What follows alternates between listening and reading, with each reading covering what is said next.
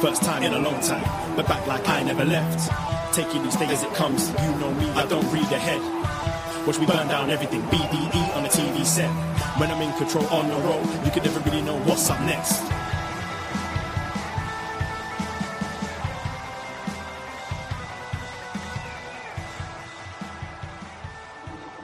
Hello. Hello.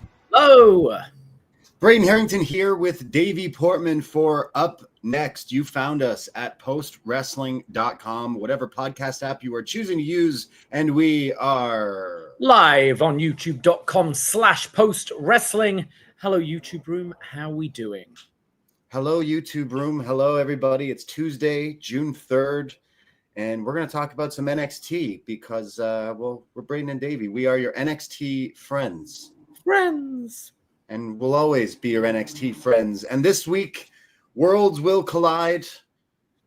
Money will be in the bank and lots of wrestling, as the wrestling never stops, and neither do we. So welcome to our show, and thanks for joining us. And we're going to talk about some wrestling because this weekend there's a lot of it. And we're on the road too. It seems every other week we're on the road to something, but it's the go-home show for Worlds Collide. It is, yeah. It really just doesn't stop. A big weekend of wrestling with the Worlds Collide and Money in the Bank show, both happening on Saturday. A little bit of housekeeping to start. Braden and I are going to be going live on Sunday at 3 o'clock to talk about both shows. We will be doing kind of like an NXT style, upNXT style review of Worlds Collide, and then we'll go into our other stuff, some thoughts on Money in the Bank, AEW Dynamite, and all that. So we're going to be going 3 p.m., and I believe we're going to be going on both our feeds, on this feed and the Poisonrana feed, if we can make it work. But we'll upload the audio. If you're audio listeners and don't do the YouTube, we'll upload the audio. So you will get a review of Worlds Collide from us, but it'll just be a little later. It won't be an immediate post show.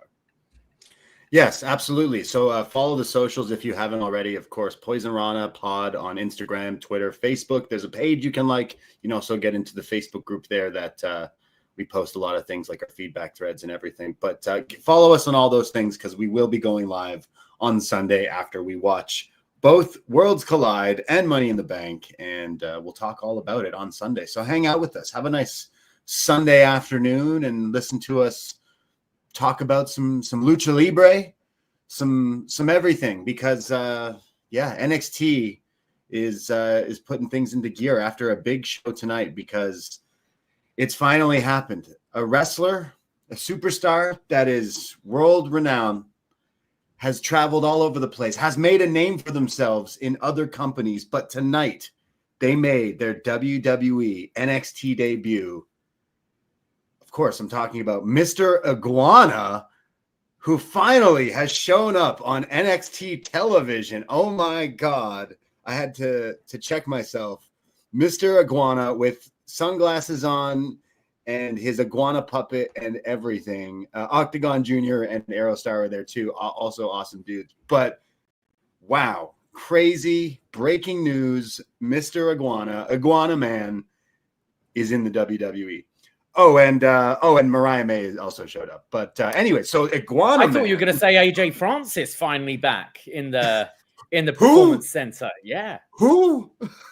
That's what Booker said when they said his name anyways. Star-studded events tonight on NXT. But no, seriously, this was there's a whole bunch of different people from all different companies coming together on this show. Pretty wild. And we're going to talk all about it. But yes, we half are poking fun. But if you have listened to our AAA reviews in the past, or maybe watch along even during the pandemic and after, we love Mr. Iguana. So this was a personal pop. I popped for Mariah May. Don't get it wrong. But the bigger pop in my household tonight was me going, no way. If only there was an iguana emoji, but there's a lizard one. Well, yes, this is Up Next. We are Poisonrana. We do this show every Tuesday night on the Post Wrestling feed talking about NXT. But if you were new to us, if you found us for the first time, we're going to talk about some other stuff to start with. So there's this great thing on your phones called a fast forward button.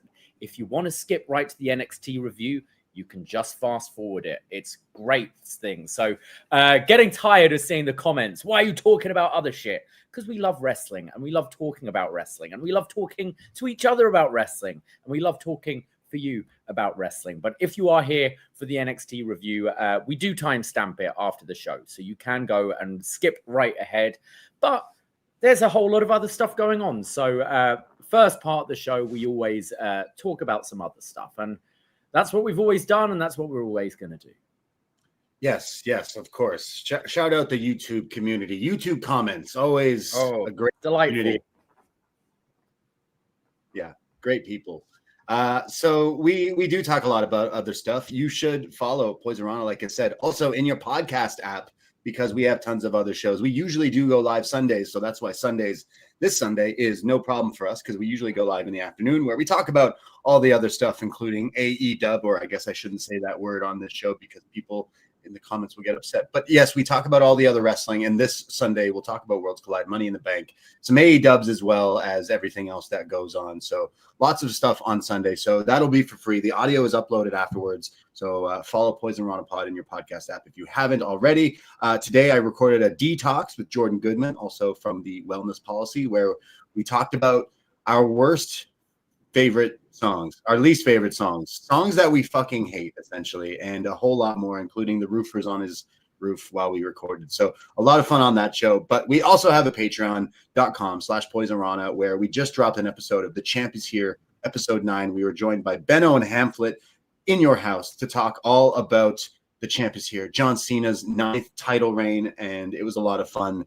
But because Worlds Collide is this week, we decided, why not do a rewind, I should say, review to kind of coincide with this week's show. So back in 1994, as I believe Corey Graves was talking about on the show tonight on NXT, there was a Worlds Collide show, and it was a bit of worlds colliding, and there was lots of lucha libre and some names and some wrestlers that go on to be pretty famous, including Eddie Guerrero, Rey Mysterio, etc. And I'm super excited to go back and look at this. And it's also on YouTube for free. So if you search AAA When Worlds Collide 94, there's tons of different versions you can watch. But the original broadcast is on there. And it's got some great matches. And I'm super excited to go back. And we don't always review Lucha, but because of the tie-in with AAA this weekend, we thought it'd be cool to go back and look at this. So very excited with that. This show that's coming up this weekend feels like a proper Worlds Collide. I know WWE have used that name since. We've reviewed some of those shows, but it's often been,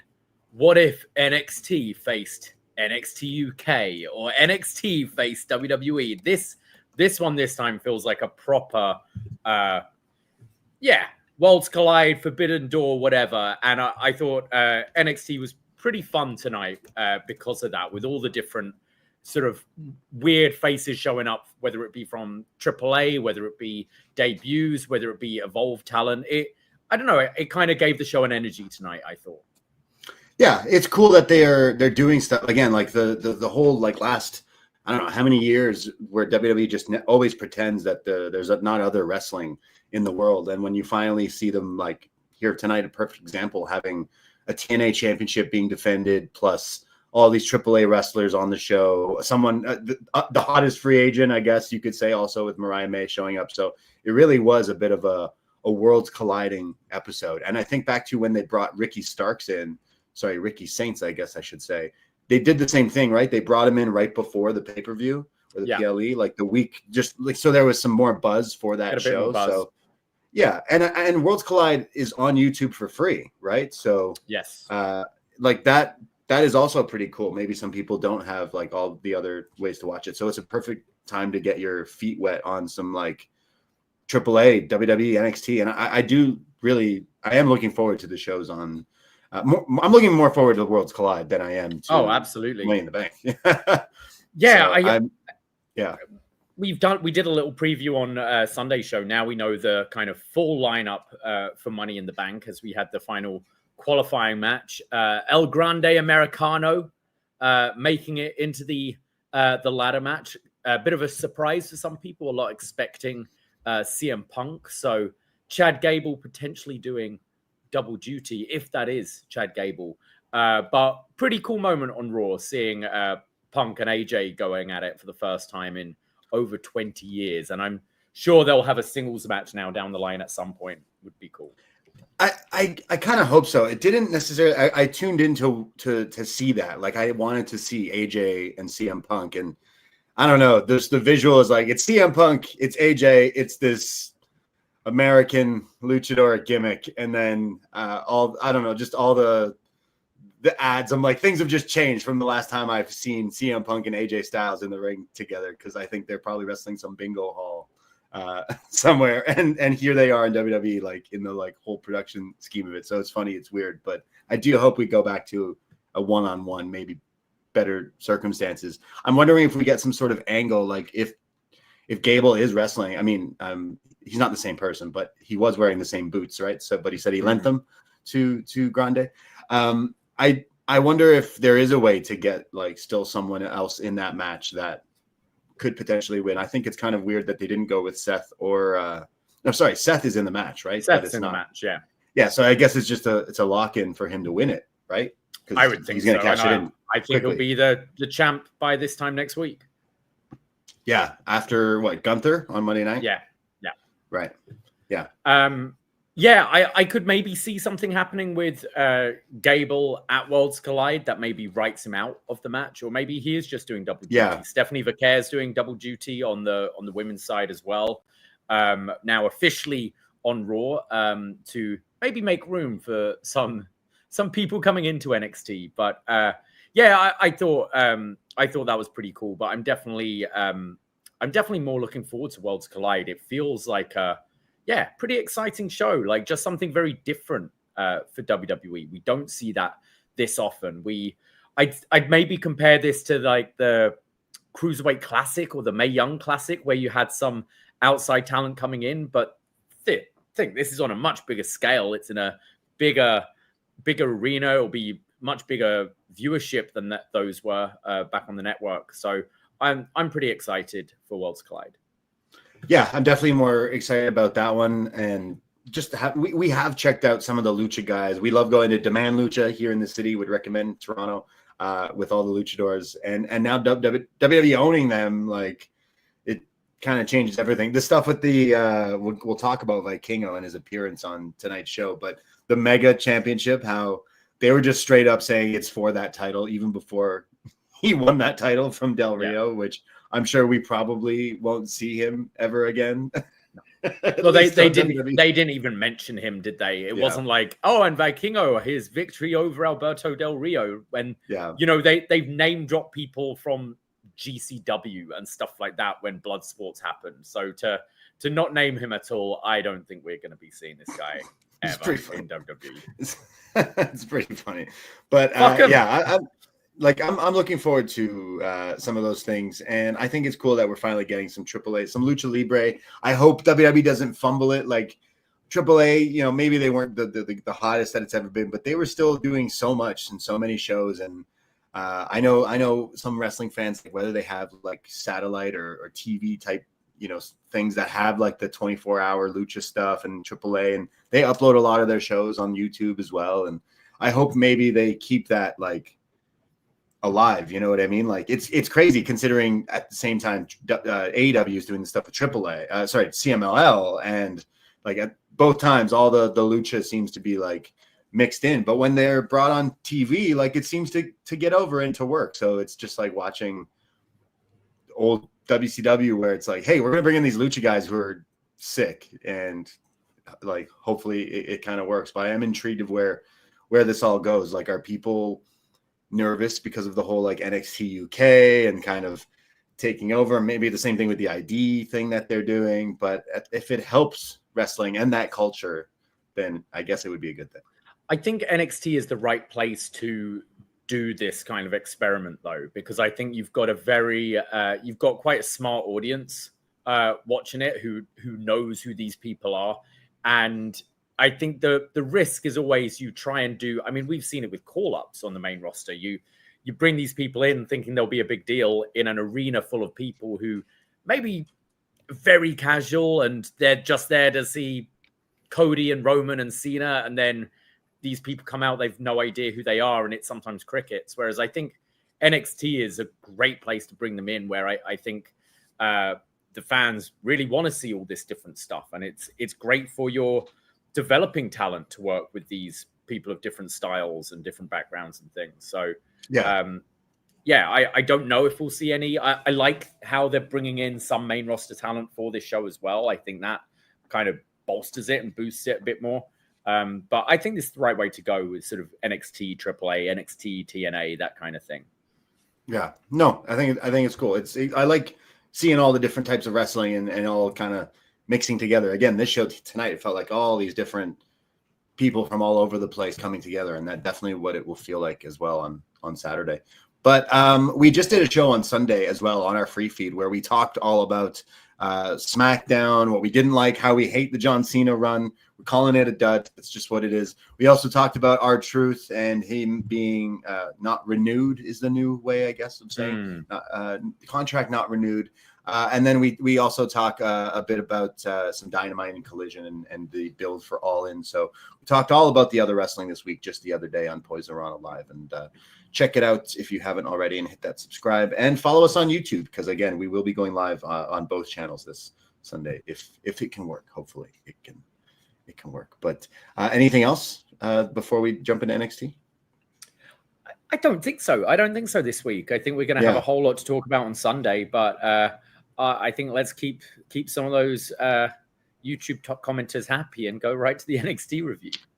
Absolutely. Well, we start things off. We're going to talk about some NXT from Tuesday, June 3rd, and we get a recap last week of Ethan Page sneaking away with the North American Championship, and it looks like he may have injured Ricky Saints in the process, especially that twisted grin on the chair spot, which was really nasty. What we talked about last week looked like it really hurt. So I know they go into gimmick and wrestling injuries and this and that, but like that genuinely did not look pleasant for poor Ricky there. Yeah, so I hope he's all right. It looked very nasty. That they kind of gave an update later in the show. It seemed like a kind of kayfabe update, but it was a scary spot. So wouldn't be surprised if there's maybe a little injury there.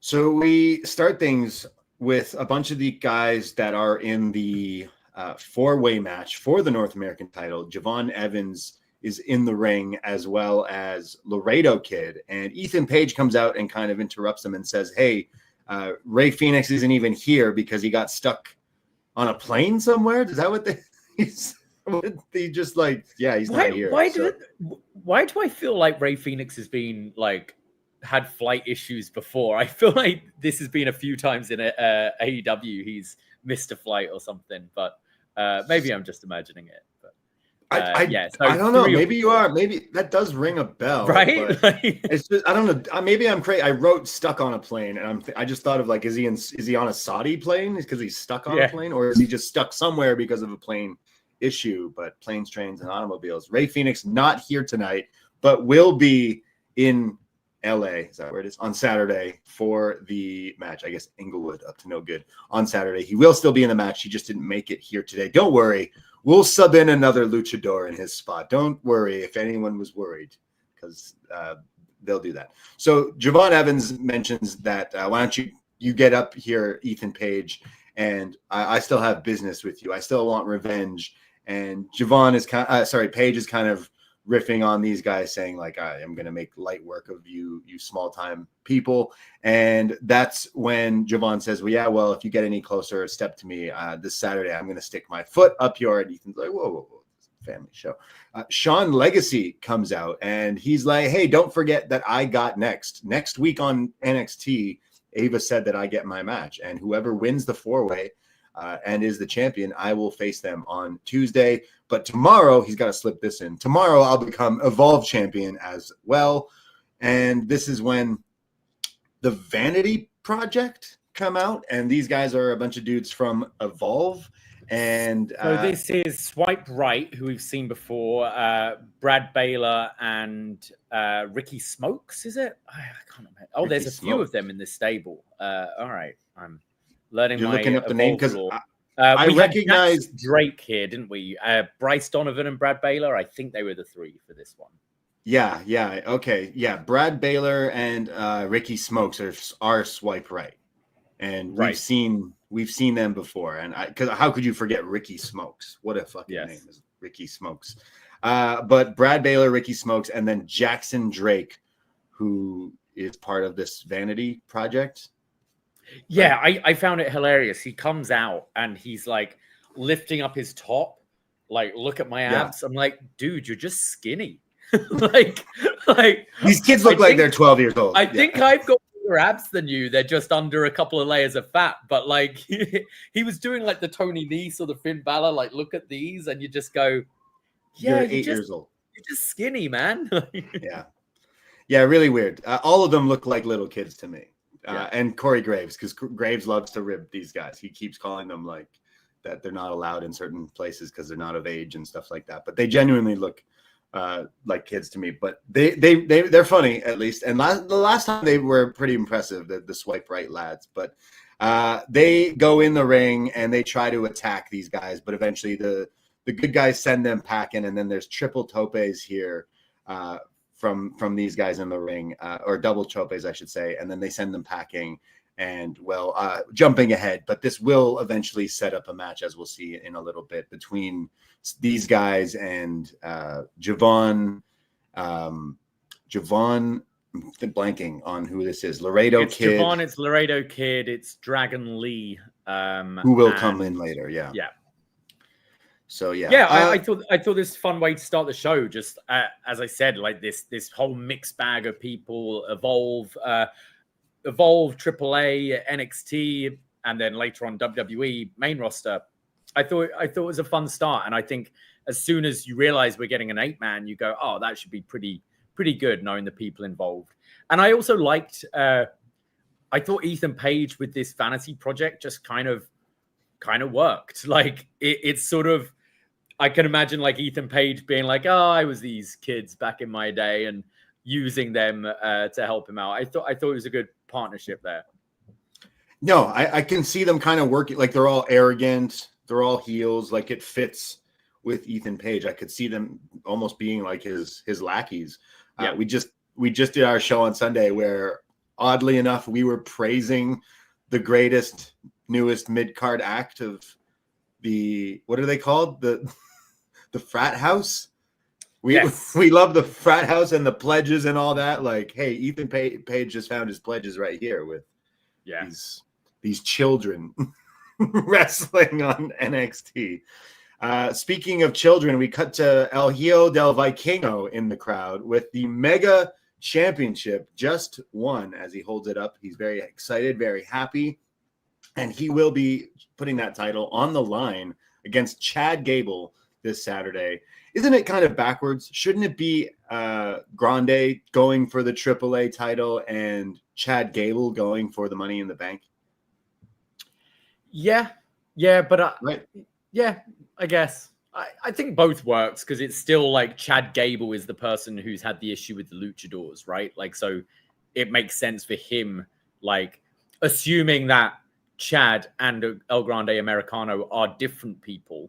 The character of Chad Gable makes sense to go for this title because he wants to take away like the luchador title and get that monkey off his back kind of thing. Is this an insane thing that could happen? I'm just going to shout it out. And of course, if I say it, sometimes it happens. But Chad Gable does double duty, right? And somehow during the Money in the Bank match, he gets taken out. Like in the match, he wrestles majority of the match. But then towards the end of the match, somehow he gets rolled under the ring, taken out.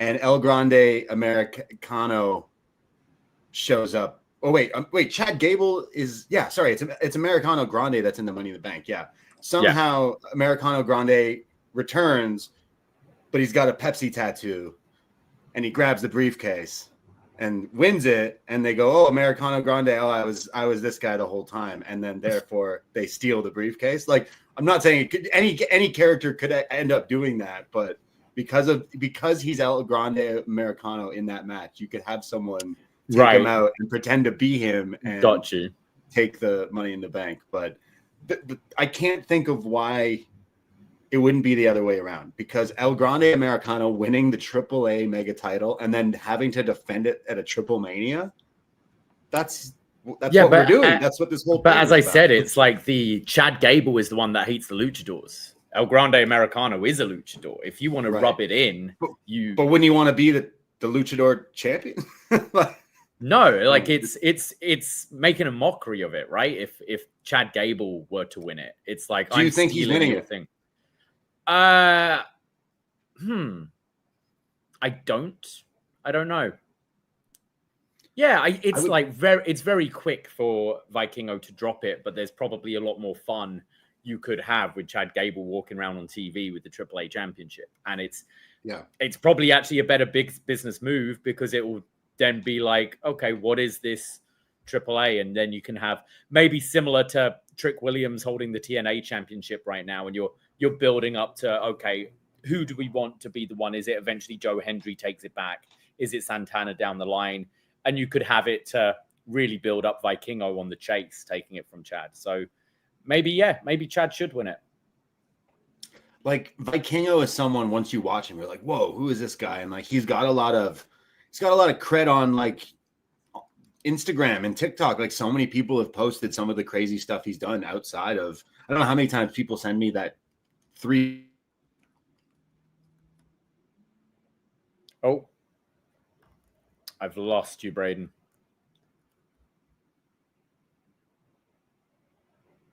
Hello. Oh dear. Some technical issues. We've lost Braden. Hopefully we can get him back in the room very shortly. I'm just looking at the chat room right now to see what you people think. Frank is saying that he also thinks Punk cost Seth on Saturday, not necessarily dressing up as El Grande Americano. And RYN reminding us that it's Elias who is taking on Elijah, should I say, taking on Trick Williams this Friday at the TNA pay-per-view. I'm hoping we get Braden in here soon, because I'm really bad at filibustering. Just seeing what's going on there. So, yeah, I might just pause this show. Oh, and just like that, he's back in the room. Hello. Sorry. I was going to start singing a song. I didn't know what to do.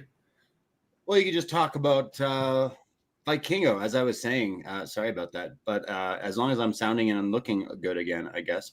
Vikingo should win, I think, because you want to show like he's their main guy. Yep. They don't, right now, they don't have, like, Penta was their guy a few years ago, and he's gone, and he's in WWE. So there really isn't the flag bearer other than Vikingo. And if you have him lose, then the story would be him chasing back for this belt. But I don't know. You can have, isn't the story more in the chase? Like, you could have the Creeds cost him, and then you're building Vikingo as this babyface chasing after the title and really establishing him. Like, it's a WWE owned product now, and in the past they haven't been afraid. Like, Kenny was the champion for a while as well. Like, they haven't been afraid to put the title on people on other rosters. So yeah, I could see both ways happening, but I'm leaning to Chad winning. I'm really looking forward to this match. Like, Chad Gable, incredible wrestler that has had the last year especially has been really fun to watch in WWE. But Vikingo also, like, we've seen a lot of him. We've seen him at Demand Lucha here in Toronto, and like he's someone who does some crazy stuff. And I think once people see him for the first time, like, obviously people listening to a wrestling podcast have probably seen him before, but like, if you haven't, definitely Saturday will be like pretty cool to see this match. I want Chad Gable to win because it's funny, because it's like Triple H is like, hey, TNA, AAA, look, we're going to do some business together. Give us the belts right away. And it's like, oh, okay. Yeah. All right. Yeah. Pure wrestling vibes where they just take their titles. But I hope Vikingo maybe keeps it for now. You could, like, what is to come of AAA?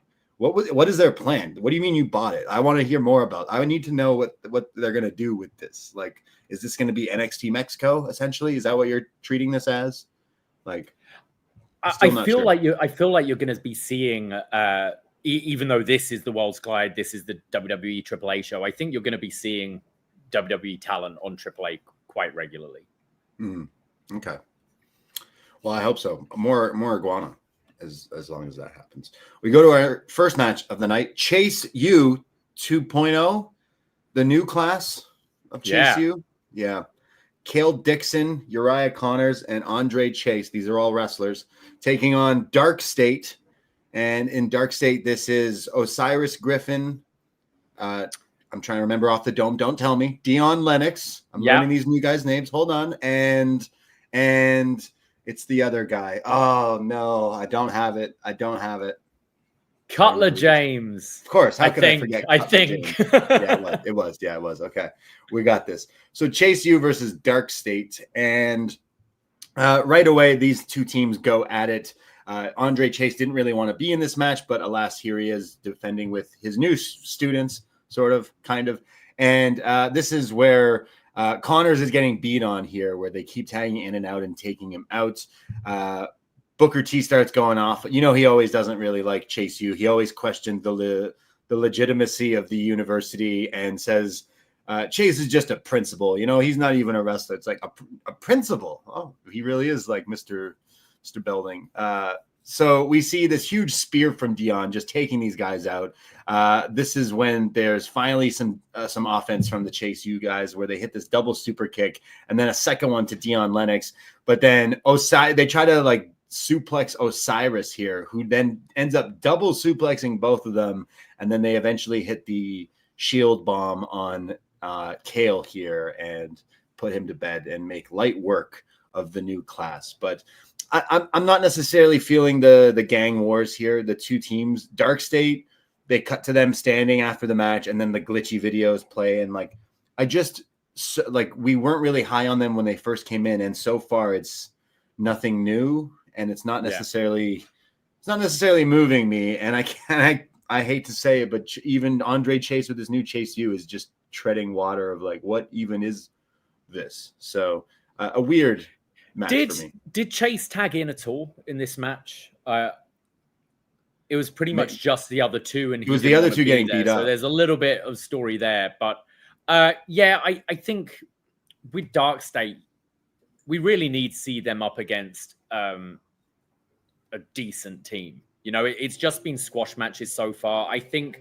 I like Dion Lennox's intensity because he's the only one we've really seen on NXT before this group, and I do like how he's changed his style. Like he's still doing the, Olympic style suplexes and that kind of thing, but he's got a bit of a meaner, like more intense edge to it, which I'm appreciating. I find Cutler quite bland. He's the one whose name you forgot. And then Osiris, big guy, like he's done a couple of impressive things, but there's not really a 3-person unit to go against them that's going to draw like a good match, because at the moment it is just very wrestling tropes stuff we've seen not too long ago.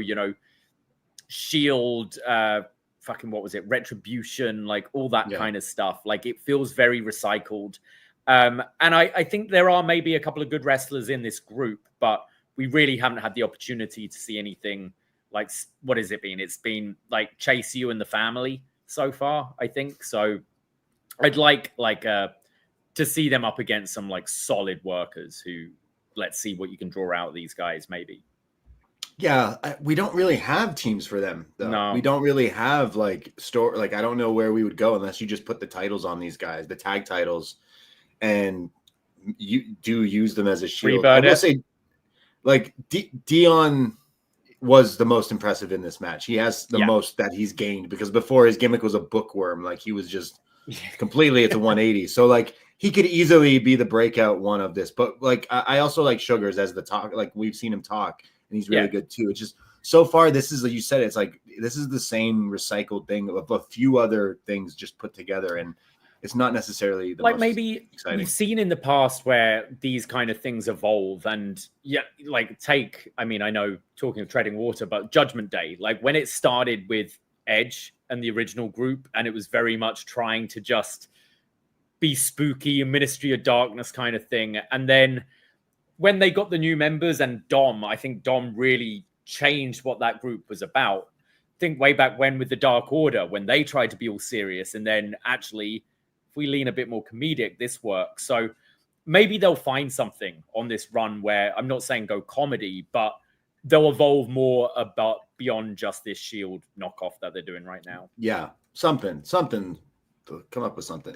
Put the titles on them. I don't know, like to give. There's no other teams really, and Hank and Tank are going to need opponents whenever we get to it. It will probably happen. So we go backstage. Ava is there, and she's with Javon Evans. She's with Sean Legacy, and she's with Laredo Kid. And they say they're angry at those guys today, the Varsity Project, Varsity Vanity, the Vanity Product, the Alan Parsons Project, and they don't have Ray Phoenix, so they don't have a fourth guy. But they're like, Javon's like, doesn't matter, we're gonna face these guys anyway. And in true like WWE Here Comes the Pain or SmackDown versus Raw fashion, like just like the video game, in walks Dragon Lee in his gear, like, hey guys, I'm ready to fight for you. So Dragon Lee, we lose one luchador, but we sub one in right away. And they're just hoping that whoever tunes in late won't recognize that this is Dragon Lee and not Ray Phoenix. But yeah. It is funny because there's no even attempt to explain why Dragon Lee's hey there. Guys. Like, it's not like, oh, actually, Ray just texts me. He's stuck on a flight, but so I live down the road. It's just he happens. You could have to just said that. Hanging out. You know? He probably does live around the corner, as all of them do. So, like, you could have just said, "Hey, we called him in." And like, I'm not doing anything tonight. Sure, I'll go and have a little match. Yeah, funny. Just like so video game where you're just like, "Hey guys," and then it's like, "Yes, he will be our partner." So Dragon Lee will be in the main event. It's a 8-man tag against the Vanity Project. I'm going to keep messing these names up, but I got it. Trick Williams, the TNA champion, being interviewed backstage, and he says that tonight he puts the title on the line against Santana, a TNA superstar, and he says that Mike Santana is passionate. He's a loud and proud Boricua, as he kind of mocks him there, and says, but I call the shots. Trick is the champion, and TNA has been looking 20 years for someone to make them legit. Not Elijah, not Joe, it's Trick. And it's definitely not Santana. So tonight, I'm walking in and walking out champion. I thought that was pretty funny. First, I was like, who the fuck is Elijah? Who's he talking about? The Pope in TNA? And then I realized, oh, no, Elias. All right, Ezekiel. Yes, of course. Oh, yes. Sorry. Okay. I thought you meant the actual Pope for a second. I was like, what? Is his name Pope Elijah? Yeah, Pope Bob. I was like, I know he's American, right? Like, he could be an Elijah. No. Remember Elijah? My Elijah wrestling brain just Elijah Burke, meaning the Pope from TNA. Of course, yes. My brain went that way. Yeah. Just like when they're like the new Pope, I'm like the new Pope. Hey, Elijah Express. So I don't know. I like Trick as this like he's leaning into it. I found this week he leaned into it more. I think that was my problem the last few weeks. Is people were still treating him as a babyface and still cheering him, still laughing at his jokes and his cut downs of people. Where I thought he was a little meaner today, and definitely in the match later on. And the crowd were more on board with it. They weren't necessarily doing the whoop that Trick. It was like, Trick, you suck and stuff like that. So I want to see him go further with it. I want to see him try not to get those cheers and be pretty nasty in this Hollywood Trick role he's got going on. I feel like he's being held back. Like NXT is like the kids table, right? And he's not like in a weapons match in NXT. We use like kendo sticks and some tables, not the Slim Jim tables, but like in NXT, it doesn't feel like we get as violent as, maybe the main roster would. And I feel like that's the same thing with like what they're allowed to say and all that. So maybe if Trick I still see it down the line. I envision it. Follow me for a second. Trick and Carmelo back together, being a dickhead heel team on the main roster. I swear it would work. But Miz might not be too much longer for this WWE universe. If the rumors are true, Miz unfollowing WWE from all accounts, and apparently it is a contract year. So people speculating whether Miz's contract will not be renewed this year. And if that's the case, that would be a good time to bring in Trick Williams. Okay, follow me for another second. You know how much I don't really like the Miz. Hmm. Hate is a strong word. I won't use that word. Gotta be one of my least favorite wrestlers, but I support the hustle, and like, he's still a wrestler. I still appreciate it. There's been some good stuff with the Miz in the past. I can't deny it. Hate me now and all that, but hear me out. Haven't said it in a while, but the Miz, R-Truth, Awesome Truth should go be elite with all their friends. Awesome Truth on Dynamite. I don't really like either of these guys. I don't want to see them in 2024. In the tag league. Miz G1. in a G1. Lil Jimmy in the G1. There is a, like, the Miz especially is one of those characters. Like, think what Zack Ryder, Matt Cardona was able to do. And he was pretty beloved in WWE anyway, but managed to take that WWE persona and like shit on the indies, and he evolved. He became great. Like, there is something like about seeing the Miz in that role. Like, if he does decide to keep on wrestling, I mean, the guy's made at this point. I'm sure he does not need very, very comfortable. He just signed the deal for American Gladiators. Like, he's the host. Like, he's going to do that. He's going to go into like hosting and so why put your body out like through that? Like, but if he did want to wrestle, I would just be curious to see what a Miz in a G1. Nick Gage versus the Miz. Nick Gage versus the Miz, exactly. Like, yeah, just all that stuff. Like seeing him at Parkdale Hall against Jody Threat, why not? Like, yeah, I don't like. We're if R-Truth doesn't need to do it, Miz doesn't need to do it. Like, they've done this for so long, but like their comedy at this point that would probably work and be a draw for these other places. Like, I'm sure if this thing with the Miz is true, it wouldn't be the end of seeing either of these guys in wrestling. And like, again, I don't like the Miz, but like down the line, Hall of Famer. Same with R-Truth one day. Like, both of them put a lot of years and stuff in WWE. And I won't deny that. Like, but I do think it would be funny and you're right. It's interesting to think of like, where would someone like the Miz, who's never really, to me, seems like a wrestler. He never really seemed like he's just some guy who happens to be in WWE, which is sort of about wrestling, but he never comes across to me as a wrestler. He's just like the reality host guy. I can always see him as that, but like, I don't know. Maybe there is a GCW spot for Awesome Truth or the Miz showing up and Jack Wagner in the chat reminding us about Little Jimmy as well. I mean, we know GCW has both an Invisible Man and an Invisible Stan. There's the match. Little Jimmy three-way dance at Spring Break next year or something. Wait, who's Nicholas? The kid? Oh, the kid is I don't know. The kid who won the tag title with Braun Strowman. But like I think Truth is someone who, look, if you're a Tony Khan, I'm not signing R-Truth to a 3-year deal, but a one shot, absolutely. Yeah. Like, All In is likely going to have that Casino Gauntlet match, and you want surprises. Having R-Truth coming out thinking is that going for his WrestleMania moment in Dallas, like, there's. Well, that's 90 days though, right? No. Like, he's I think his contract ends up in 2 weeks, and because it's not a release. So he should totally show up. He owns his own song. What's up? It's his song, right? Come out. He thinks he's at WrestleMania. He's reminded he's somewhere else and gets oh my god, being up. Like there's fun stuff like that you could do with R-Truth for sure. I want that now. I really want that. And he's someone who really doesn't have to wrestle where he's going. Like, he can do his like axe kick and what's up, and he doesn't need to do a whole lot because he's personality. So he's someone who could, like, he's a lot older than he looks, but he could keep doing this for a while if he wanted, getting bookings, do some comedy, couple of moves, and get out of there. That's what I'm saying. Like, his gimmick has been more focused on his comedy more so than actual wrestling. Like, he's older, but obviously he's like in incredible shape, especially for his age.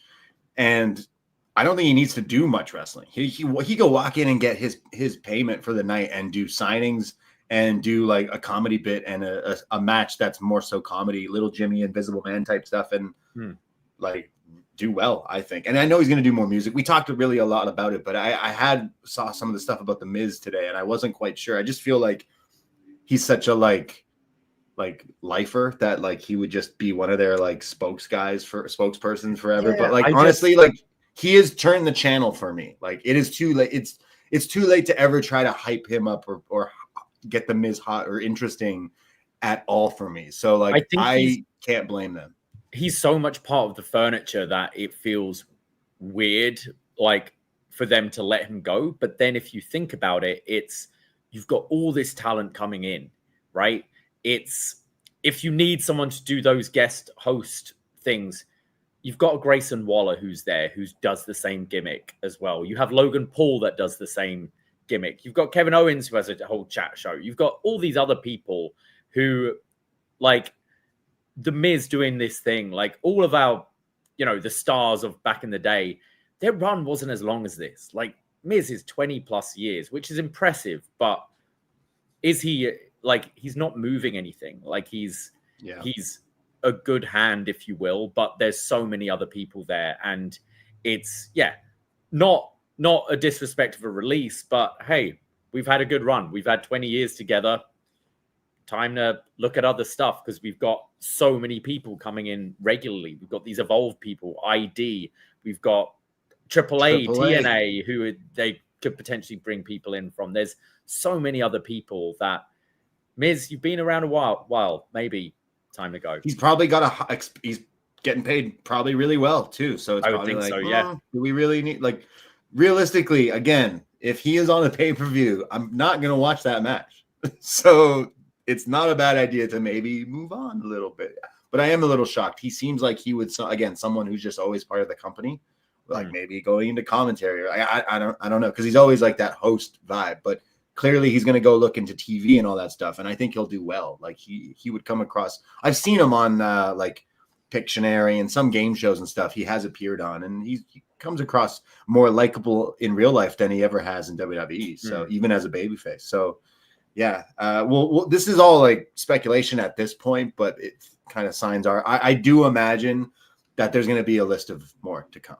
Yeah. I do imagine there's going to be a lot more cuts and contracts not being renewed in the very near future. As you're maybe listening to this a few days later, stuff has probably come out or whatever. So what I'm asking and what I'm getting at is best match ever, The Miz, when? What is it? The Ziggler one? Ziggler one, probably, yeah. His Mania match with Cena? His Mania match with Shane. Mania match with Shane? Yeah, that would be it. There were some fun little things when they were the tag team. Was it Shane and Miz? Shane and Miz? Usos? Was it? I can't. There was a tag match I remember being quite entertaining. Awesome. But it sounds so bad. I feel like we could do, if he's gone, it's something we could think about. But I can't believe you're saying this. I didn't even suggest that. I don't want to. I don't really want. Oh yeah, there was that really good 4-way with Cesaro, Owens, Zayn, and The Miz. Okay. I remember. I think that was during that IC title run. Yeah, the one where he does nothing. Miz is his highest singles. Yeah, the Ziggler IC title run or whatever, that storyline, right?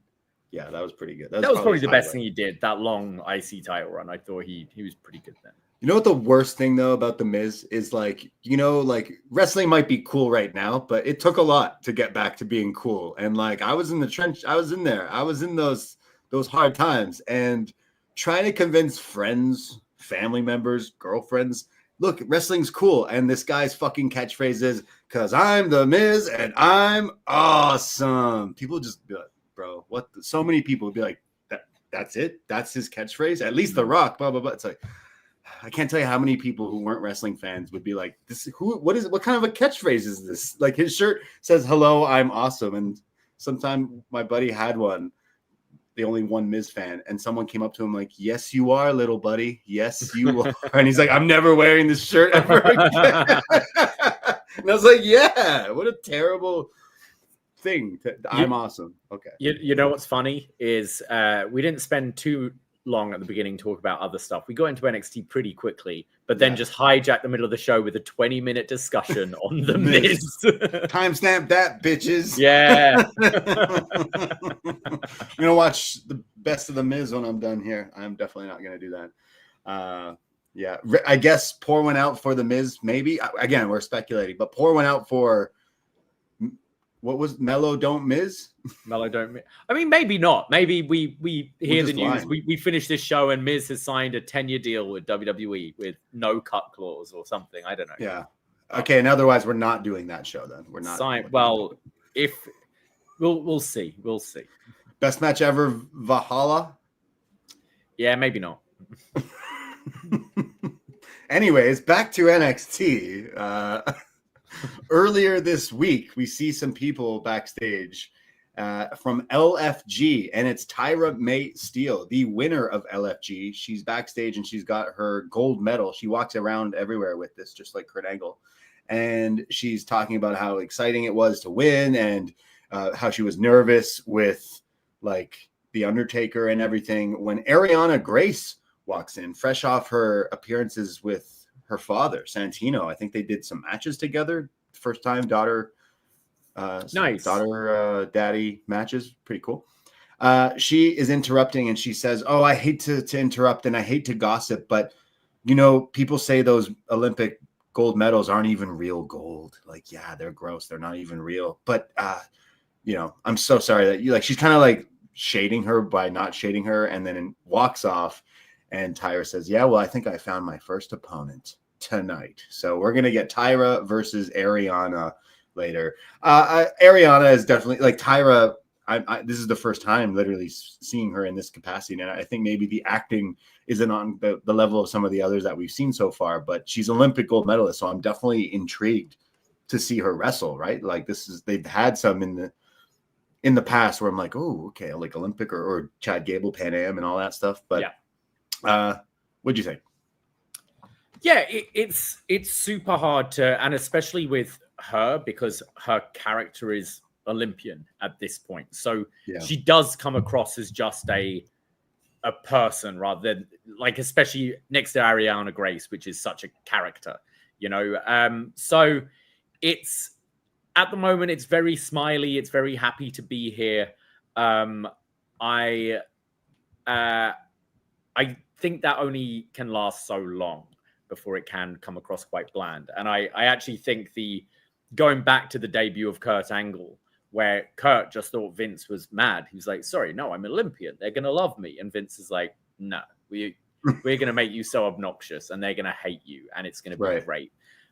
I think down the line, that would work so much better for Tyra. Just, I caught bits of LFG and she did kind of stand out. And obviously you want an Olympian. Like if you've got an Olympian wanting to be a wrestler, you're going to have them come in. But just this version of the character could be a little bland, but it's week one.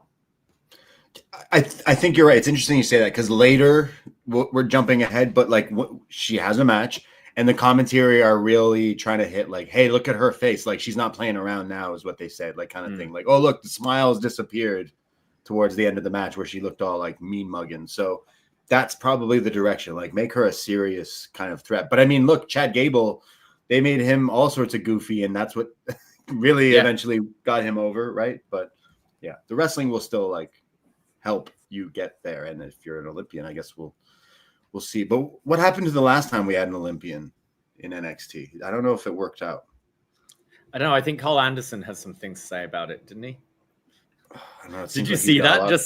I just saw this article pop up. Like Carl Anderson gives his thoughts on Gable Steveson. I'm like, nah, I don't need to read that. He's gonna book him for Talking Shop 3.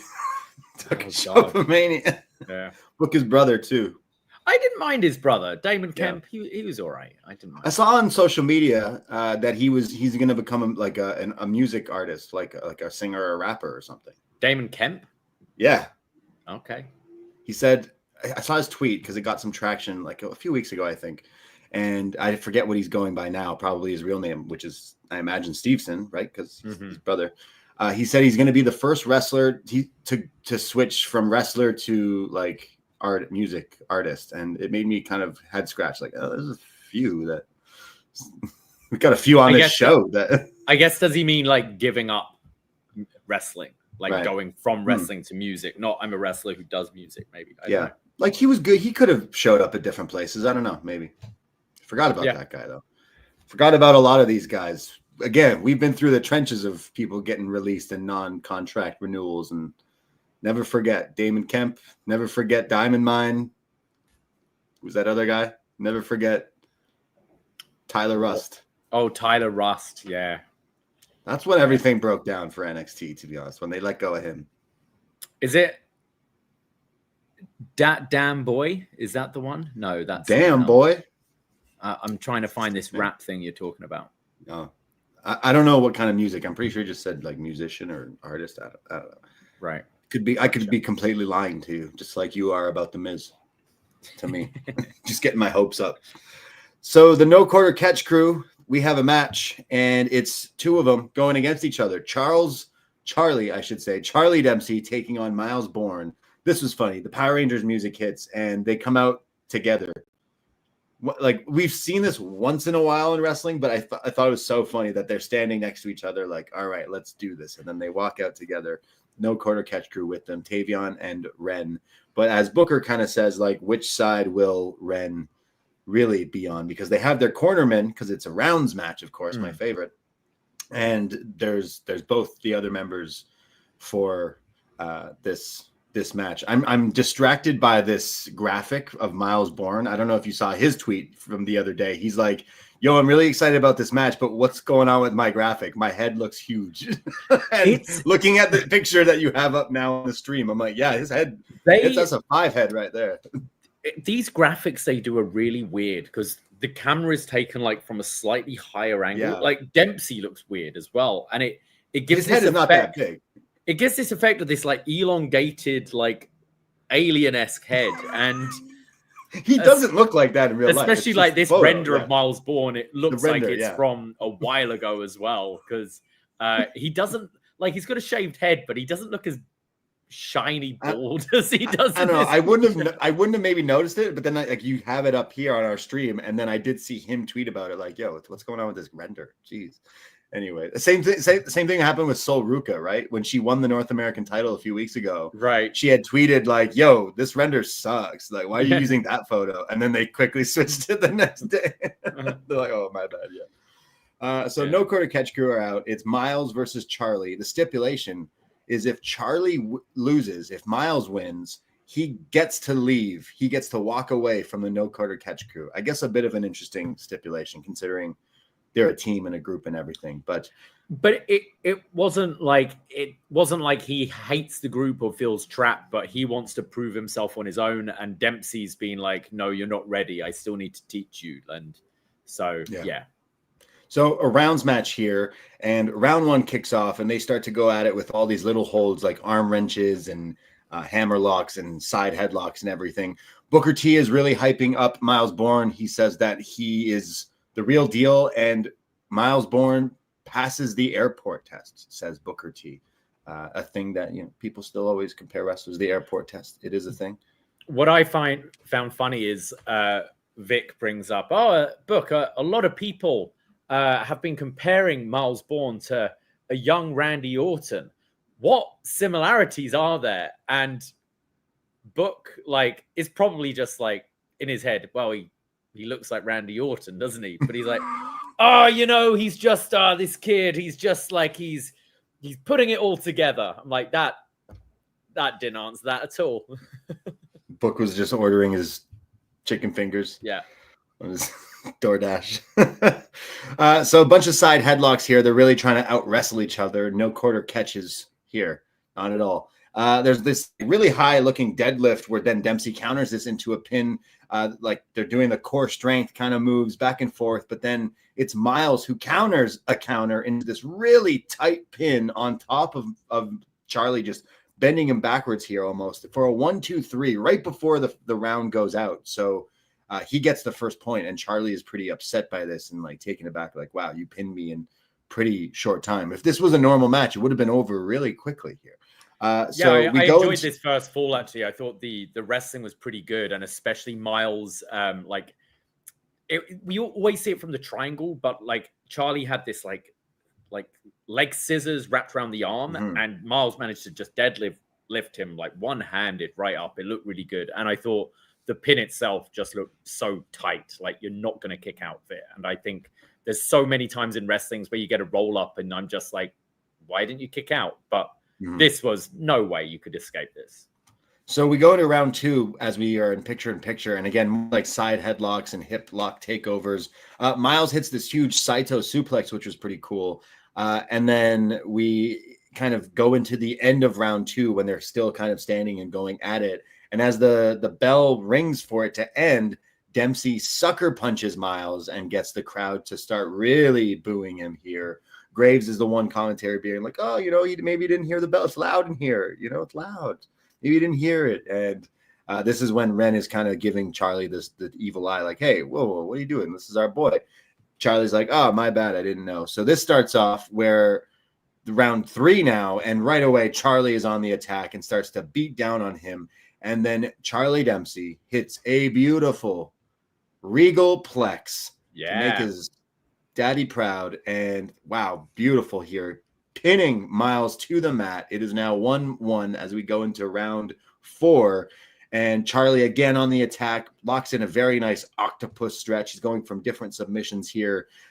Myles, though, eventually starts to fight back. There's a series of belly to bellies, an angle slam, and then pinning attempts back and forth.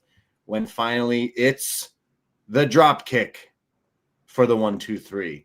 And Myles pins Charlie to win the rounds match. Offers his hand to Charlie. Charlie declines. And Myles walks alone. He might be compared to Randy Orton, but he's walking alone here. And seemingly leaves the no quarter catch crew here on NXT. But, you know, a pretty fun round match. These two, this whole gimmick is the technical wrestling nerds, and this was exactly what this was. So the only nitpicking is the drop kicks being used as a finisher.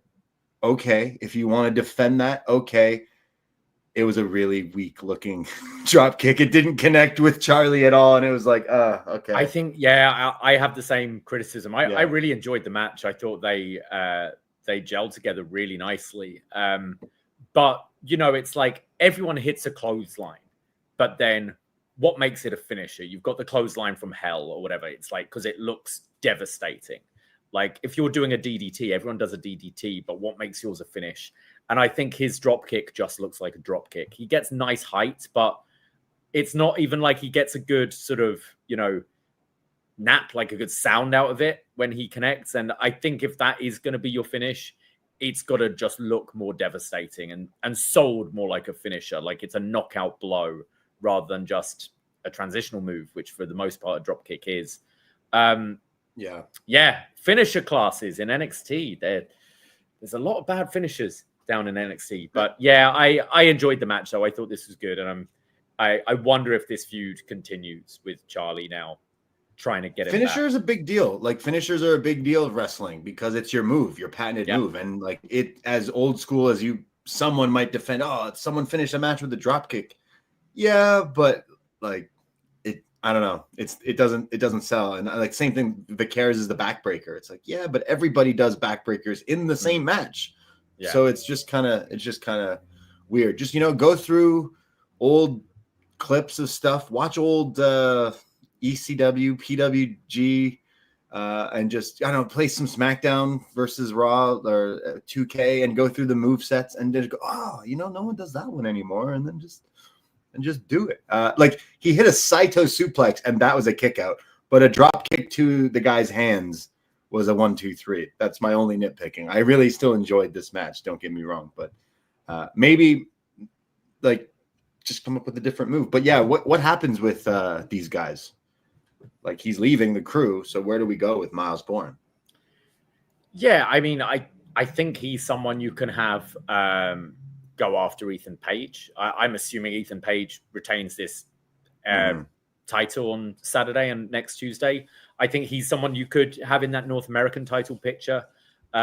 Page is someone who will probably be moving up within the year as well. So I'd kind of slot him in there. You can have him go for the NXT title down the line, like further down, but there's more story to be told with him. And I do think the group had maybe ran its course. I want to see a bit more focus on Ren Sinclair as well, because I think she has been very entertaining and she's been pretty solid in ring, and we haven't seen a whole lot of her wrestling recently. So whether the other three stay together or this is all like the fracturing of the NQCC, whether they get a new member, I don't know. Yeah, like I could see Myles breaking off. Charlie, I don't know where we go with him either. Like, what do we do with this group? But they're pretty entertaining, and I like Charlie. I like Tavion. I like Ren. I like all of them. So I just don't know if we left. Like, how is it that Hank? No shade, but how did Hank and Tank win the titles before these guys? Yeah, and like these guys were really working. Like when it was Myles and Tavion as the team was really cooking for a little bit there. So kind of odd, but they want to focus on Myles being his own guy, I guess, going forward. But maybe it's the season. 'Tis the season of families breaking up, families not working out in NXT. We've seen it with the D'Angelo family. We've seen it here with the NQCC. We might be seeing it with the culling, because we go backstage. We see Sean Spears, Nico Vance, Brooks Jensen, and Izzy Dame. And Sean Spears is talking about chairs probably when Izzy shows up with a chair and smacks Brooks Jensen right in the back, dropping him to the floor. And Sean and Nico like, yo, what are you doing? Why are you hitting? And she's like, we got to toughen up. We keep losing and making excuses. And she says that she went and got them a match next week? And if they don't win this match, Brooks Jensen is out of the culling. Damn. Yeah, I'm nervous, Braden. I'm nervous. Brooks has been a favorite of ours. We've had a real soft spot for Brooks Jensen. And absolutely. I'm hoping this is just a step forward for him to rejoin up with the Vest friends, Briggs and Inamura. But we've seen things like this before, and I'm nervous. Yeah, I'm conditioned. I watched too much of this show. I'm conditioned to know, like, I'm worried. I'm worried when they do things like this, because some of the favorite characters that you could be trying to connect with every week, if you're a viewer of the show week by week, they could just be gone. Like, look at Tatum Paxley playing with the dolls of Shotzi and Gigi, right? Look at Duke Hudson, just one day here, one day he's not, kind of thing. NXT is kind of become like that. So I'm a little nervous. I like Brooks Jensen, and I hope that this isn't leading to that. I'm not loving the culling at all, and I don't think he's the part of the problem in that group by any means. I don't like the group. I like him. Yeah. So it's kind of just it really they would do this. I feel this whole group cut the legs from underneath him. Like the whole, those videos he was doing, when he was running in during commercial breaks and they're deliberately trying to keep him off camera, and the drunk video messages to Sean where he's like, fucking book me and stuff like that. I thought was great.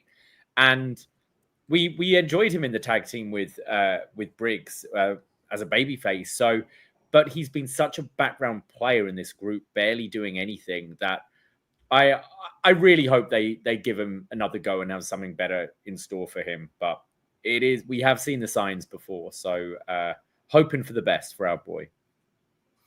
So wait, did she kick him out, or like he's done? I just looked up. She purged him, she said.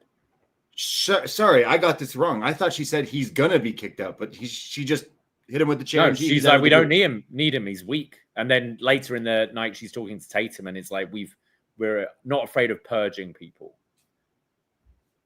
Oh man. Yeah. Oh fuck. Yeah. That's not good. That's no. I misunderstood. I thought maybe I got it wrong, but I was pretty sure like this was his. No, I just from the culling. No, I just looked it up, and you're right. Yeah. Right. Damn. Okay, that's not good. Well, Brooks better without the culling. Yeah. All right. Fuck that. That group sucks. That's what I'm saying. Damn. Okay. Jeez. I wonder if there's going to be some cuts coming soon. WWE NXT, but Yeah, that's some bullshit. We love you, Brooks Jensen. Fuck that. I didn't realize that. Maybe it just went over my head. But she hit him with the chair. She's like, yeah, get fucked. Get out of here. Yeah. And with a chair in the chairman's group. That's some dirty business. So that's I don't like this at all. I'm upset. That just hit me now. I don't like that. Yeah. We go to commercial break. We come back and there's an ad for Mike Tyson's new book. See how they slipped that into the Netflix feed here? Yeah. Hey, go buy this Mike Tyson book. Maybe I will. I really want to read the chapter where he got beat by a YouTuber. It's Netflix. Of course there's an ad for a Mike Tyson book. Yeah. Because the fight was on Netflix, right? We go to the debut match on NXT of Tyra Mae Steel, Olympic gold medalist, taking on Ariana Grace, Santino's daughter. It's her first match here on NXT. Grace goes for the attack, but Tyra here hits this like overhead backdrop kind of slam. And this is when Vic and Graves are kind of ribbing Booker, like, "Oh, you upset about Stephanie?" He's like, "I don't want to talk about it." "You're upset about what happened?" "Oh, I have some things to say." They're like, "Oh, okay, we'll talk about it." There's like a fireman carry attitude adjustment type move from Steel here, and then hits a bridging German for the 1-2-3 and makes pretty light work of Ariana, and then stands tall. And that's when the commentary are like, "Oh, you see, like her face has changed. She came into this all smiling, like, oh, hey, I'm so happy to be here." But then by the end, when her hand is raised, she's kind of looking a little bit more serious. And I think that is definitely the direction we should go with her. I can't say I got enough out of this to really gauge what we're working with, to be completely honest. Not say like Ariana isn't necessarily the measuring stick here in NXT. And I think she herself has some ways to come in NXT and everything. And I think we got like 1 or 2 slams and a German, and it was like, okay, cool. But I didn't get enough to really make my, first impression is like, okay, cool. You hit some slams, I guess, but nothing really. I completely agree. It's you want to come out and have that, like, really, you either want to come out and be just an incredible squash match, like Obafemi did when he came in, where his sheer power was impressive, or Brock Lesnar way back when he came in, or you want to come in and do sort of Carmelo Hayes, Adam Cole kind of thing, where it's a really impressive, almost 50-50 kind of competitive match that you can really get a look at someone. I think here it was just, both with this and with the Jasper Troy match last year, it was against someone who we last week, we know is just fodder, but wasn't really an impressive squash either. It's just like, okay, we've looked at 3 of their moves, and that's about it. So we'll see. I mean, Olympians tend to have a pretty good track record if their attitude's right. We've seen like your Gables, your Angles, of course. But yeah, I feel like really didn't get to see her in this match. You should book her against Baron Corbin. Sure. Oh, you want her out already? No, I'm joking. I'm joking, but I want to see more. I want to see where we can go with this, because an Olympian could probably really throw some people around, right? Like, I want to see some more suplexes. That's what I want more of. We get a progressive recap of last week when JC Jane shocked the world and TikTokers with all the wrestling world. Everyone just so shocked at how Stephanie. I mean, it was pretty shocking. They made this feel like a huge deal, which I appreciate. But who is paying these TikTokers to react like this? Or WWE? Or what medication are they on? I don't know. Like, it's JC Jane wins the NXT women's title, and these people are fucking screaming in their living rooms. It's like, come on, this isn't Cena turning heel at Elimination Chamber, is it? It's JC Jane won your women's. I know what you mean. Yeah, I find it really irritating when we see those things. What was the one that was going around recently with it was AJ Francis showing up. It was AJ Francis. And the YouTuber just like lost his mind. Like, and everyone was like, come on, man. Yeah. Like, that's kind of how I felt with this. I was like, wow, there are really 20 people that just lost their goddamn minds over JC Jane winning. Yeah. Well, we'll get more to JC Jane in a bit. We have an interview with Santana backstage. He says he's been fighting all his life, and he's finally made it to a main event on a WWE show, NXT, tonight, facing Trick for the TNA title. And he says, last week, Trick, when I looked in your eyes, I knew that you're not a real fighter. You're a pretender. And tonight, this is for me. You think it's for me, but it's the opposite. You see, I'm fighting for everyone and anyone who ever stepped foot in the TNA ring. And I'm fighting for my baby girl at home, who I promised her I would take back this TNA title to TNA. And I don't break my baby girl's promises. So tonight, it's only going to take 3 seconds. And let's get it. Very high energy. I thought he sounded really good. I thought he sounded really hyped to fight Trick. I thought he really sounded good here. I've been really impressed with his 2 weeks in NXT so far. He just comes across as a complete pro. Like, we've seen him for years, but I think on this show where everything you've got to kind of grade on a curve, you're talking about people who this is their very first time wrestling or very first time. It's a time grab bag. Volleyball players. Yeah. Actors. And then you got someone who's been in the business for almost 20 years or whatever, but just came in, just seemed so like slick, like had some good lines, sounded authentic, but sounded like unique as well. And we keep saying about this upper, like the upper card of the men's division is sorely lacking people like this. And I think he's come at a great time just being inserted at the top of this card, because he fits in really well, I think. He fits in great. I think we were saying for a while, like we always like Proud and Powerful, and we can totally respect that this guy made it pretty vocal that he wanted to do his own thing. He wanted to prove it to himself. And I think, we don't necessarily watch a lot of TNA and don't watch maybe quite a lot of the stuff that he's done outside. I know he's been all over on the independents, and that's also like honing your craft and going out there by yourself, not as a tag team, and doing it. And I think it will pay off eventually, like with this partnership with WWE TNA, whether or not they eventually just end up full out buying TNA. Like, I do see this guy, he fit in perfectly. This guy's already running laps around people that we have here in NXT. And our main gripe for what seems like over a year, 2 years, is the main title scene. We always have like one guy and not real like viable other people. And this guy seemed like he would fit in perfectly. So maybe we see more of him in NXT. NXT is like, you take anyone who's been doing this and like is a pro, like you said, like anyone who's been on AEW TV, anyone who's been solid on TNA TV, like their main guys or girls, and you put them on NXT right away, they steal the show. Like Jordan Grace, you put her on TV, you're like, oh wait, sorry, what? Who is this? Person's already like, they already know where the hard cam is. They already have finishing moves. They already have like everything. So Santana fits in great. And it was kind of the same thing with Ricky, where they bring him in and then, I don't know, it felt like there was maybe a misstep. They gave him the title. It all looks like it's because he's going to the main roster anyways. So maybe there's room for Santana and others from TNA, etc. on this show. But I thought he sounded good. And then we'll get to the match later, which also was pretty good. So, but we go to JC Jane and Fatal Attraction. JC Jane, what's that name? She comes out, and Booker T, you think he's all sad and somber because his girl Stephanie.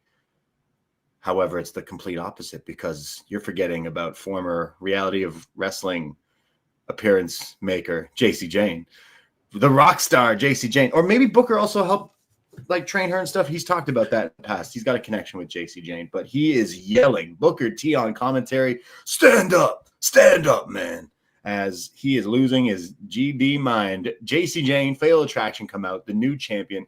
Booker T's comparing things to Don King. It didn't really make sense. Sorry? Fatal Influence. What did I say?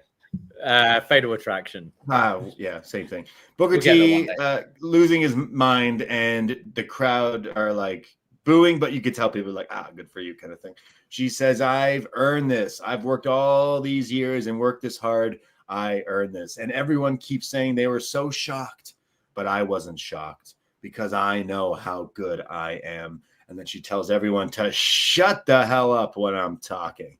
She says that me and Fallon started out together, and over the years we become sisters, and we had this long discussion. It's time we take over. It's time we play the move.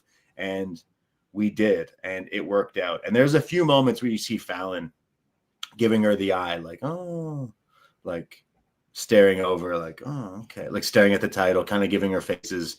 When they're interrupted, Lainey Reed shows up in the crowd, who says, hey, this division, Lainey Reed, who I'm just introduced to for the first time. From Evolve? I'm assuming, I'm assuming from Evolve. Evolve. She says that this crowd knew who she was. They were chanting Lainey. Yeah. So she says that I thought that what better time to make an appearance now, and you know, I want to make my name. I want to make a name here in NXT, and says that you're probably the most beatable champion there is. So I thought, why not, you know, make a challenge out to you, which is pretty disrespectful, but pretty funny at the same time. JC is like, who are you? I don't know who you are. That's pretty much what my reaction was. Who is this person? Okay. But that's not it, because they're interrupted because Jordynne Grace comes out and she's got a microphone and she's fired up like, hey, if anyone's going to lay challenges out here, like I'm the one. And she's interrupted because then out comes Jada Parker, who gets a big reaction from the crowd. And before she could talk, it's Kalani, and then it's Lash Legend. All of them are coming out here. And this is when they're all kind of talking and bickering over each other, and they all start to fight. Everyone is fighting. Thea Hale is out there. Jada, I said, Lash. All these women are fighting, and that's when the lights go out, except for Vic Joseph's desk little lamp with his candy. But the perch lights up in the NXT arena here as Mariah May, I'm assuming that's her name, not like Mariah March or something like that, but Mariah May has shown up on the perch as the crowd go wild, the commentary go wild, Corey Graves going wild, and she has a microphone, and she says that NXT just became glamorous because I have finally arrived.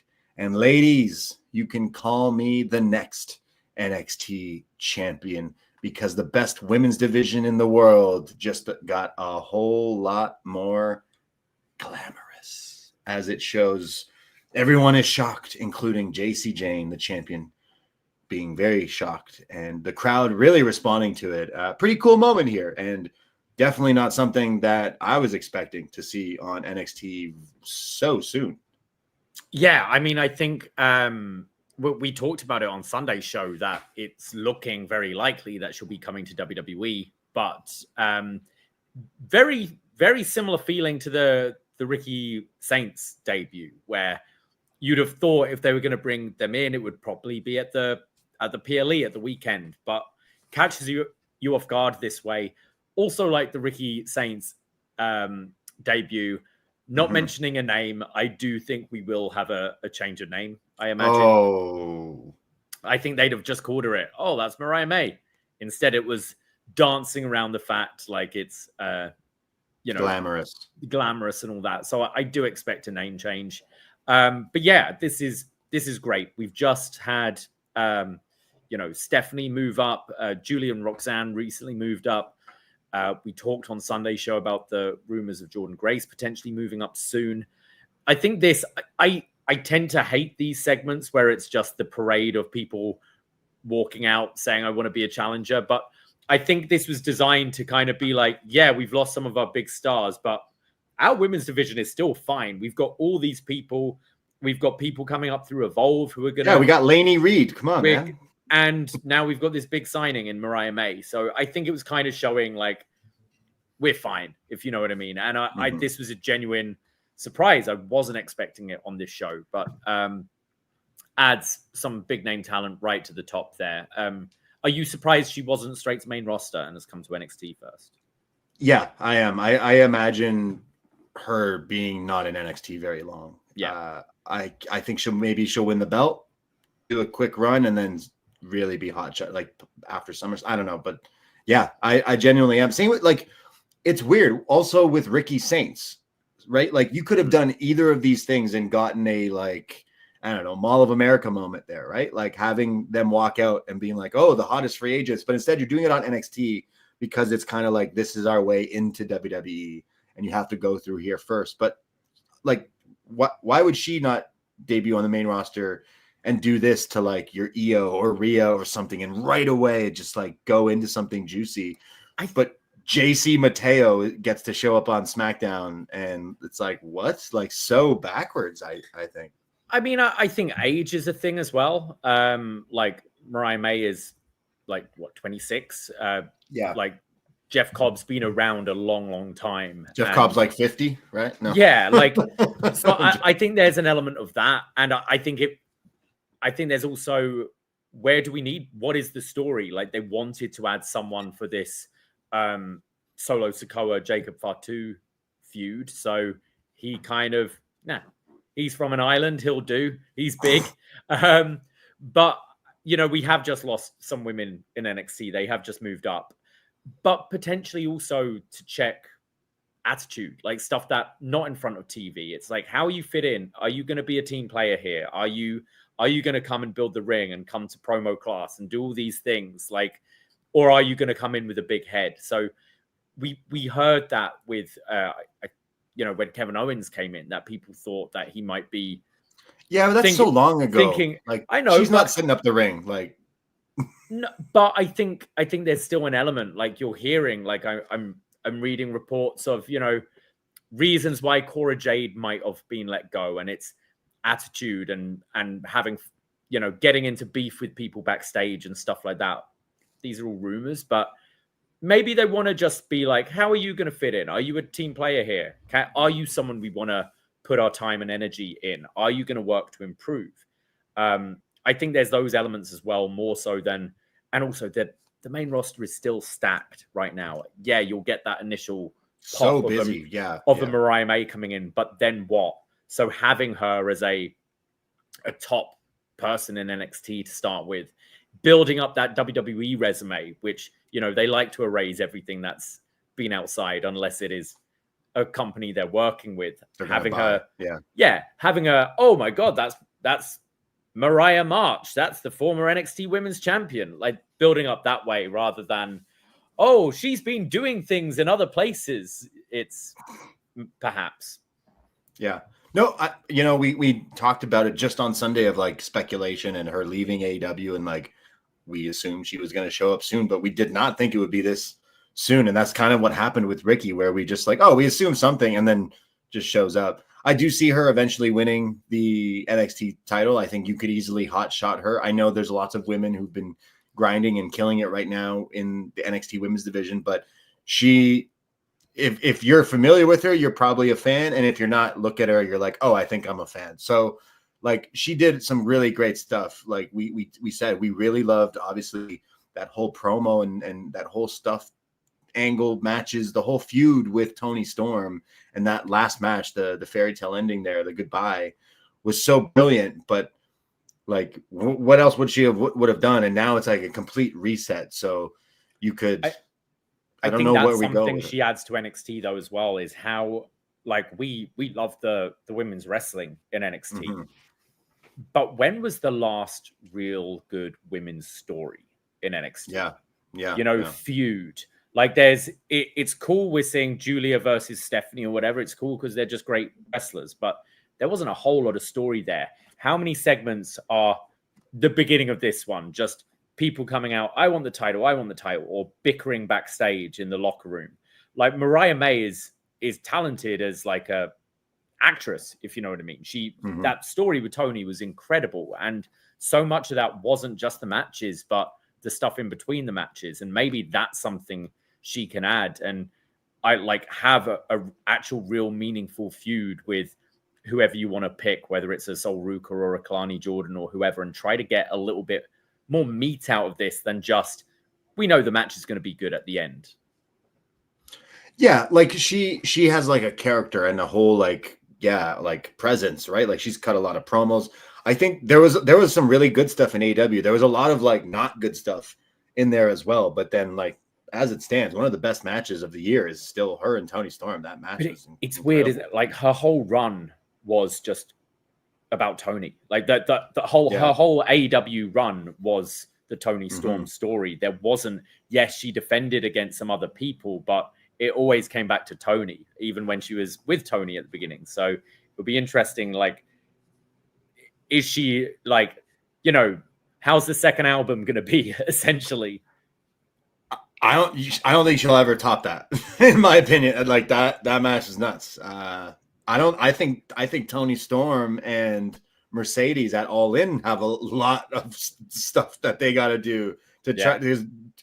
No one maybe would even put that together, but literally on Dynamite, Mercedes is like, we're gonna have the greatest women's match of all time. I was like, this year there's 2 women's matches that come to mind: the triple threat at Mania and the Mariah May Toni. They were fucking awesome. It's gonna take a lot to be better than those 2 matches, but Toni and Mariah was awesome in AEW, and I think Mariah will become a superstar in WWE. Don't get me wrong. I am interested to see where they go, but like, how she can't have her in NXT too long. She's got to be on the main roster, I would think, and I'm sure we're going to see Ricky show up too. And then they have the draft and all that stuff. But yes, Glamorous. Maybe that's just her name, the Glamorous Mariah. Yeah, right? Could like, just one name her Mariah. Yeah, Glamorous. They're definitely going with that, the name, the Glamorous Flossie. I'm a fan. I think she's pretty funny. She had a great year in AEW. It just feels like it was like 1 year, right? Was that what that was? Like 2, maybe? Was it? Oh. Yeah. I'm not sure. Yeah. Someone in the chat, Stephen Bradley in the chat, shout out Stephen. He says the reign was pretty poor up until she restarted the Toni feud. Yeah, I'm kind of like blocking a lot of that out, that like there really was some bad stuff as well, but that Toni feud was still great. So yeah, she'll always have that. Yes. We see. So yeah, where do you think, like, I don't know what the next PLE is. I mean, I guess we do because it's Bash, but like they're gonna maybe have a TV special. But like, would you just slot her into that title match right away, or is it because it's heel? Is she gonna heel or heel v heel? I'm not sure. It's difficult to think who like do we have a multi-woman match for the title? Like it's because the title's on a heel right now, and who are on the babyface sides? It's Jordynne Grace is the top of the babyface women, and then Sol Ruka's already got the title. Kalani's kind of a heel right now. So, and then your next proper baby faces are quite lower down, like I guess your Thea Hales or Tatum Paxley's or whatever. So yeah, I don't know. I could see a Mariah Jordynne Grace feud maybe before Jordan moves up. Maybe that's her match. But then what is JC's match? I'm not sure. Just give it to Mariah. Fuck it. Good. Well, we cut from and do that. You see her as a heel coming in? Like it wasn't necessarily clear from this promo. It could be taken either way. We've seen she's a fantastic heel, but is she maybe coming in as a babyface?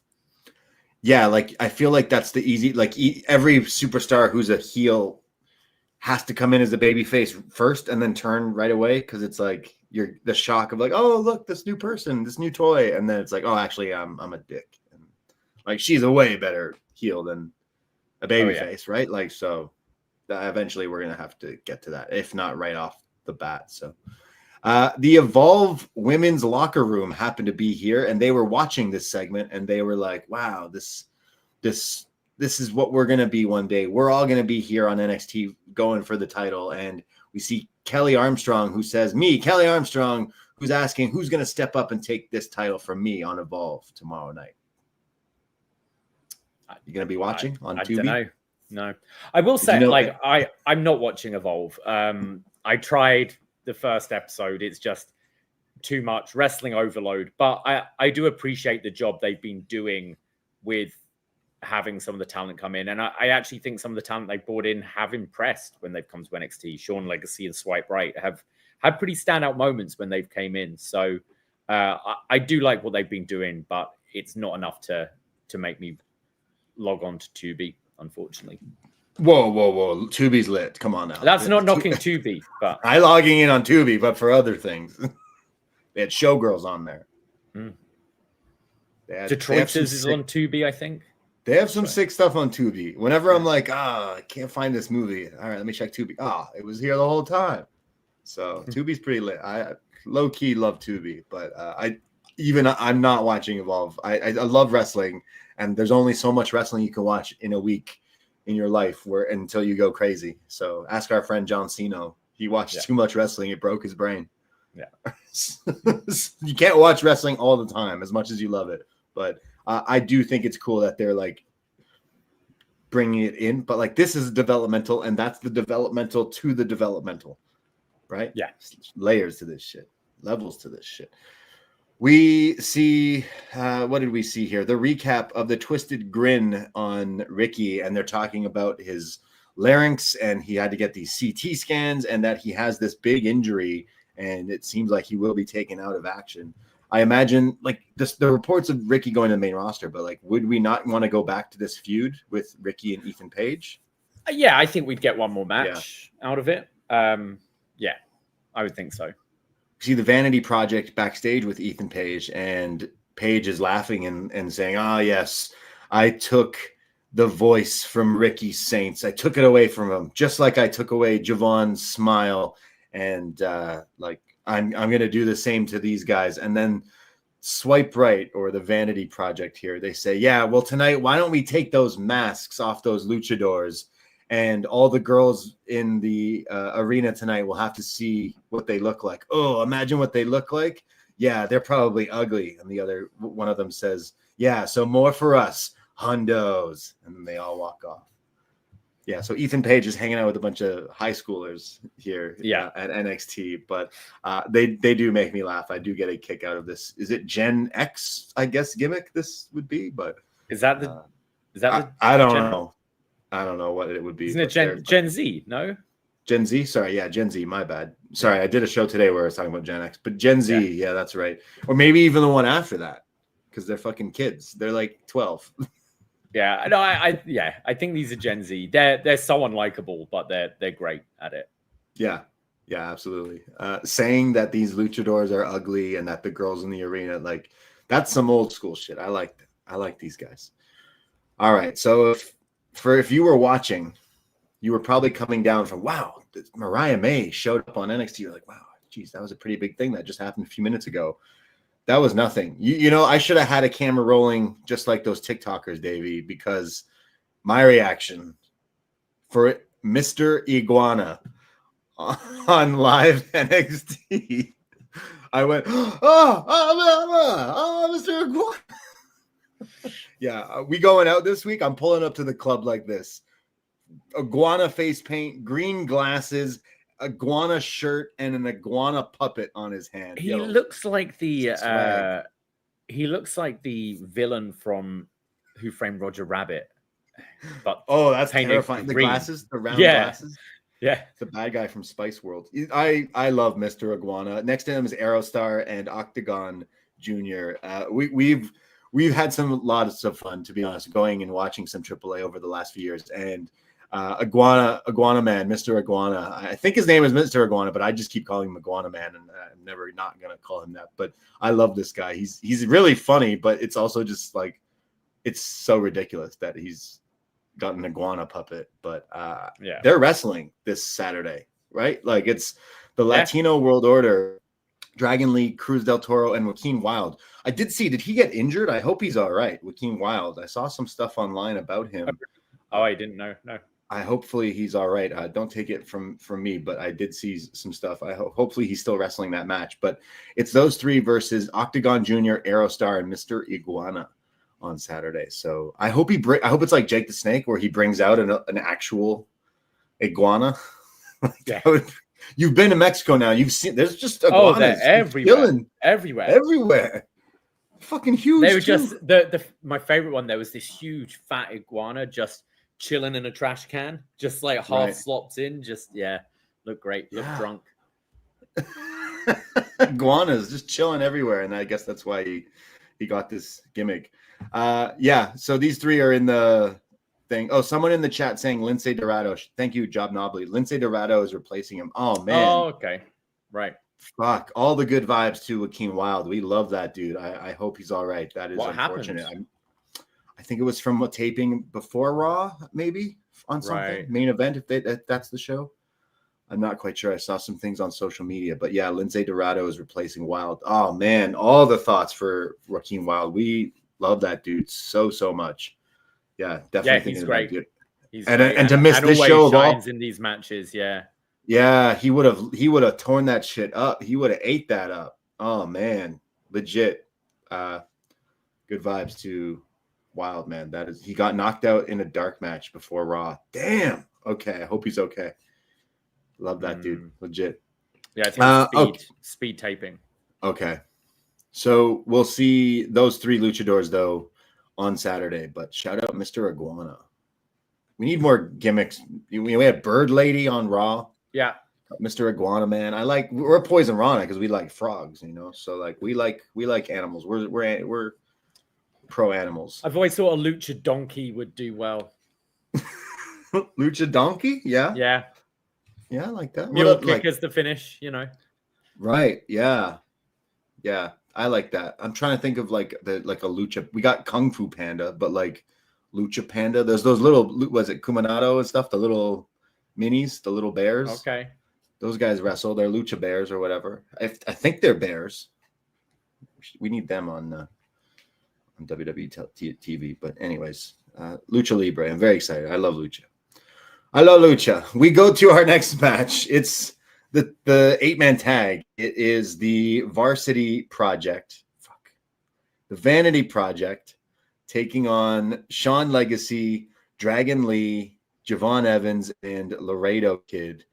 And we see Sean Legacy is in there. He's doing all sorts. This guy is very impressive. I don't watch Evolve, but the stuff we've seen on NXT in the short amount of time, really liking what we see from this guy. He's getting in.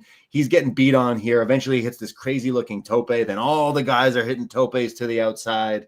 And Laredo Kid goes into the ring, but eats this huge boot to the face from Ethan Page as they go to commercial. During picture-in-picture, Javon comes in and makes the tag. He starts hitting some fly moves, but then he starts to get beat down on. This guy in the Vanity Project, Jackson Drake. What a great wrestling name, Jackson Drake. Is it Uncharted? What is that? What is that? Well, I was getting this guy confused with Jack Jameson from the fucking, what were they called? The frat house. Yeah. Similar name. Jackson Drake. Jack Jameson and Jackson Drake. Yeah. Is it spelled like Jackson Riker, like Jaxson? Jackson Riker, Jackson Drake. Yeah. Well, this guy, again, these guys look really young, these Evolved wrestlers, but they're trying to, like, I've never seen this guy before. But Corey Graves, they were talking about like, oh, this guy's hitting some pretty impressive moves. He hits a Gibson special with the knees up there, and Graves is like, ooh, I like this kid. He's tough. He doesn't wear knee pads. I'm thinking, yeah, not yet. He will. Yeah. He'll get there. Oh, yeah. I watch a lot of Women of Wrestling, and it's crazy how some of these actors come in like, oh, I'm going to become a wrestler, and they don't wear knee pads, and then fast forward the next set of tapings, they're wearing knee pads. Yeah. You got to learn the hard way. Javon hits this super kick to Page and then finally tags in Dragon Lee. He comes in on fire. There's a triangle drop kick into the corner, goes for his Liger bomb, but it's blocked by Brad Baylor here. And then Laredo goes for a tope, but kind of slips on the ropes and eats shit here. Graves is quick to be like, yeah, it's high risk. For a second, like it was. Yeah, I thought he was hurt, but he seemed like okay, and everyone continued on with it going that way. So everyone was pretty pro about it. But in the ring, Dragon Lee is hits the sit out Liger bomb for a near fall. And then there's the swipe right guys come in and they hit their heart attack drop kick combo. And then a pop-up power slam from Ethan Page to Legacy, but then that's broken up. And then there's this huge tope from Javon. He legit is bouncy. And this is where Legacy and Page are in the ring alone. They boot each other, but this is where the other two guys come in. What is this? Operation Dragon, where Dragon Lee hits him with the upside down DDT after hitting that hanging stomp in the corner, which Brad Baylor tried to make it look like he was fighting. He was trying to make it look like it, but that move is pretty silly sometimes. But the Operation Dragon connects the Asai DDT and the 1-2-3. The Luchadors and Javon get the win here and send the Vanity Project back to Evolve. Yeah, fun match and a great little taster of what's to come on Saturday. I found it funny because I know Laredo Kid did a bunch in in TNA, but I was first familiar with him with very early AEW, where he came in. And I'm looking it up, and it was the first Fyter Fest, and the next Fyter Fest is tomorrow. So just funny timing. He's coming. His WWE debut match is like pretty much 6 years exactly since his first American debut. Nice. The 4-hour Fyter Fest tomorrow. Yes. Strap in. Yeah. You watching it? I'm going to watch it on delay, I think, to skip some of those. 4 hours. So it's going to 12, right? Yeah, I'll be watching. Well, we go. I thought it was a fun match too. I didn't mind the Evolve guys. I thought they got a nice little showcase here. Like Sean Legacy especially has had a great couple of showings in NXT, and I think I'm kind of down. I assume it's Ethan Page he's facing next week. That would make the most sense. But I'd give him a belt. I'd have Ricky cost Ethan Page the belt on Tuesday. Like I know they're saying he's injured, but Sean Legacy is in the Evolve Championship match, right? So so is he the champion there? I imagine he'll be coming in as the champion. I just want to see that move again, whatever that thing was. Oh, I don't even know what the hell that was. A Burning Hammer Stormbreaker thing? Yeah, more of that. This guy's pretty good. And you know what? Actually, like going back to the promo thing earlier, like they threw him into the bit of a deep end and he just started he cut a promo essentially. I thought he was pretty confident as well. Yeah. So more of Sean Legacy. We go backstage. Obafemi, the NXT champ, he's talking to Mr. Stone and he's saying, yeah, I want that match with that guy, Jasper Troy, because the title shot, this and that. And you can hear the chains. No, it's not a Christmas Carol. It's not the ghost of Christmas past. It's Jasper Troy who shows up with real chains because you can hear them. He says, for the first time, Oba, you're looking up at someone you're facing, not down, because he's taller than Oba. And Oba laughs and says, well, either a twig or an oak tree like yourself, it doesn't matter. The result remains the same. So next week, Obafemi putting the title on the line against Jasper Troy. Very quick to be getting a title match for Jasper Troy. He didn't overly impress us last week. I'm not going to write him off right away, but I thought here he came across a little better. Did seem kind of intimidating, but I'll be curious to see how he comes across in this, because you would have thought someone like him, you'd be like building up for a while with just killing jobbers, but you're going right against the NXT champion here in someone who's similar size to you as well. So gonna have to pull some other stuff out and not just big moves. But we'll see. Weird spot. Like you want him to look good because I mean, just give him the belt. Just give him the title. You give Jasper Troy the title. Yeah. I see Megan in the chat says Oba retains. Thank you, Megan, for the for the wise. Wow, maybe you're onto something. That's a hot take. That's bold, bro. Big prediction there. Yeah. Whoa. What are you on tonight? Oba retains, really? Yeah, put your money on it now. Yeah. Jasper Troy for NXT champ. Sure. Yeah. We go to Sol Ruka and Zarya. Very, very, what is this? Very 60s outfit from Sol Ruka here with her North American title. And they find Tatum Paxley sad backstage with a naked doll. I don't know what she was doing with this, but where are the clothes on that doll? I guess like every other kid growing up who's got like a sister where you get the doll and she's like, why is this doll naked? I don't know how it got naked.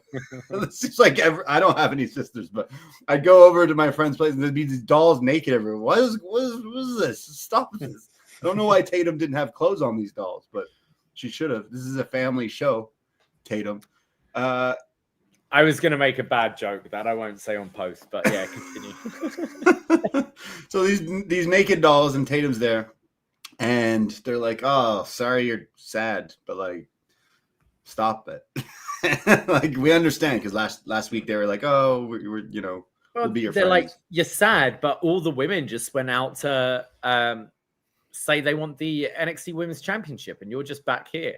And then there was a little comment from Zarya where she's oh, I guess none of the women are interested in your title, or words to that effect as well, which Damn. was a little slight there to the soul. Well, Izzy Dame comes in and says that she purges people, right? Like she purged Brooks Jensen tonight and says that I purge people who cross me, and maybe you should do the same. So maybe Tatum turns heel and starts going after the people who crossed her.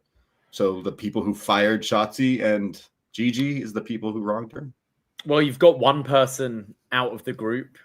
You could now replace with Tatum and Izzy as a tag team, perhaps. Maybe. I don't know what you do with Tatum. I don't know what they're. She's playing with dolls backstage. So yeah. We go from that to Tony D'Angelo backstage. He's on a phone call when he goes, "Oh, I gotta go." And Luca Crucifino comes in, and he goes, "Oh, hey Tom, how's it going? How are you? Say hi to your mother for me." Well, he didn't say that part, but Tony says, "I don't have time for this small talk. And what do you want?" And Luca's like, "Hey, I feel like there's something still going on with us, and you don't trust me this night." He's like, "Yeah, I don't trust you." "Well, to gain your trust back, I have booked a match, me and you, Tony, next week against High Rise." And Tony's like, "Whoa, you didn't get my consent first?" And he goes, "Well, with all due respect, Tone, we're not really a family anymore," as he walks off. Damn, ominous vibes. Yeah. Still no Rizzo, but Nope. Sooner or later, the Don't Stop Believing, the journey will have to play for Tony D'Angelo on NXT. Sooner or later. It might not be next week, but I think he's getting screwed by Luca next week. I think he's going to get written off soon. High Rise is Tyson and Tyreek, right? Yeah, the apartment building. Yeah. Okay. Do you see a Stax or Rizzo showing up? Is the turn next week? Is Luca stabbing him in the back? Yeah. Or is it the old like beat down? Tony's going for the tag and Luca just walks out. Maybe. Right. Yeah. I'm a little over this story. I can't say I anywhere go. Like, just get to where it's gonna go. Get to a big split. Get to something. I just feel like Tony is. It's now going over and over and over again. Like, I kind of broken record here, but like, try him on the main roster at this point and see like if this works, because I'm kind of tired of it on NXT. It's been years now with D'Angelo stuff, right? Like, let's go. Like, people have come and gone in NXT, and we're still doing this, so I'm not overly into it. Next week, Legacy versus the winner of the North American title match, Oba versus Jasper, and I know they did announce some other things, but I don't have it open, but there'll be some other stuff after Worlds Collide next Tuesday. But Santana shows up for his match, comes out, makes his entrance through the crowd here. I like his theme song; it's a bop. Elijah is in the crowd there with his guitar and says, "I got this. I'm here for you for TNA." The one TNA star. How did he get this guitar in there? I can't even get a bag that's not completely see-through into these WWE events, and he's just walking through and sat in the crowd. This is a warehouse.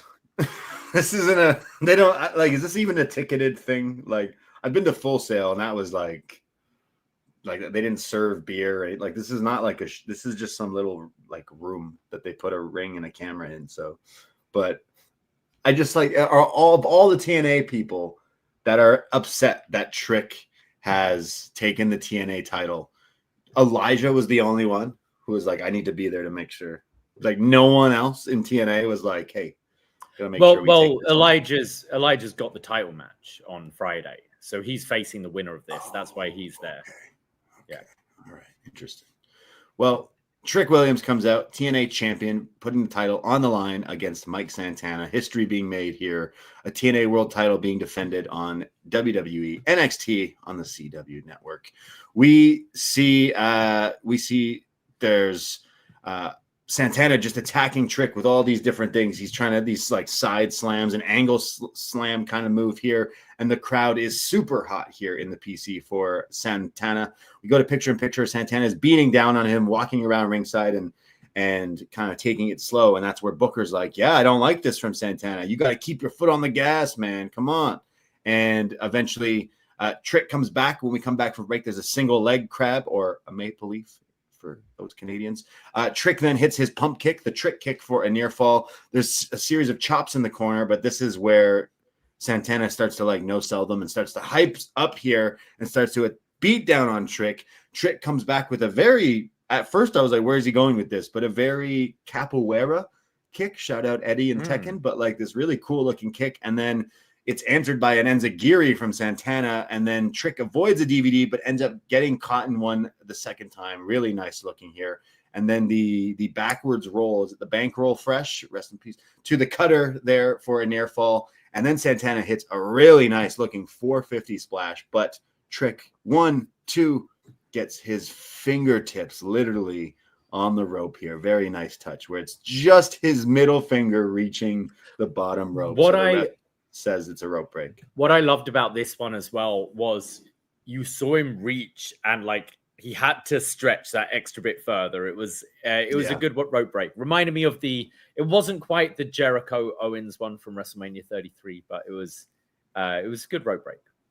Well, the match continues here. This is where Trick gets out of the ring eventually. It's Santana going for his finisher, the spinning lariat, but Trick gets out of there and then taunts Elijah and grabs his guitar and smashes it into a million pieces on the ring steps here, which causes a huge distraction from the referee. And while all this is happening with Trick and Elijah and the ref, out come KC and AJ Francis as Vic Joseph. KC Navarro and AJ Francis who come out as Vic Joseph is trying to explain who these people are, and in a great Booker T bite. Who are these people?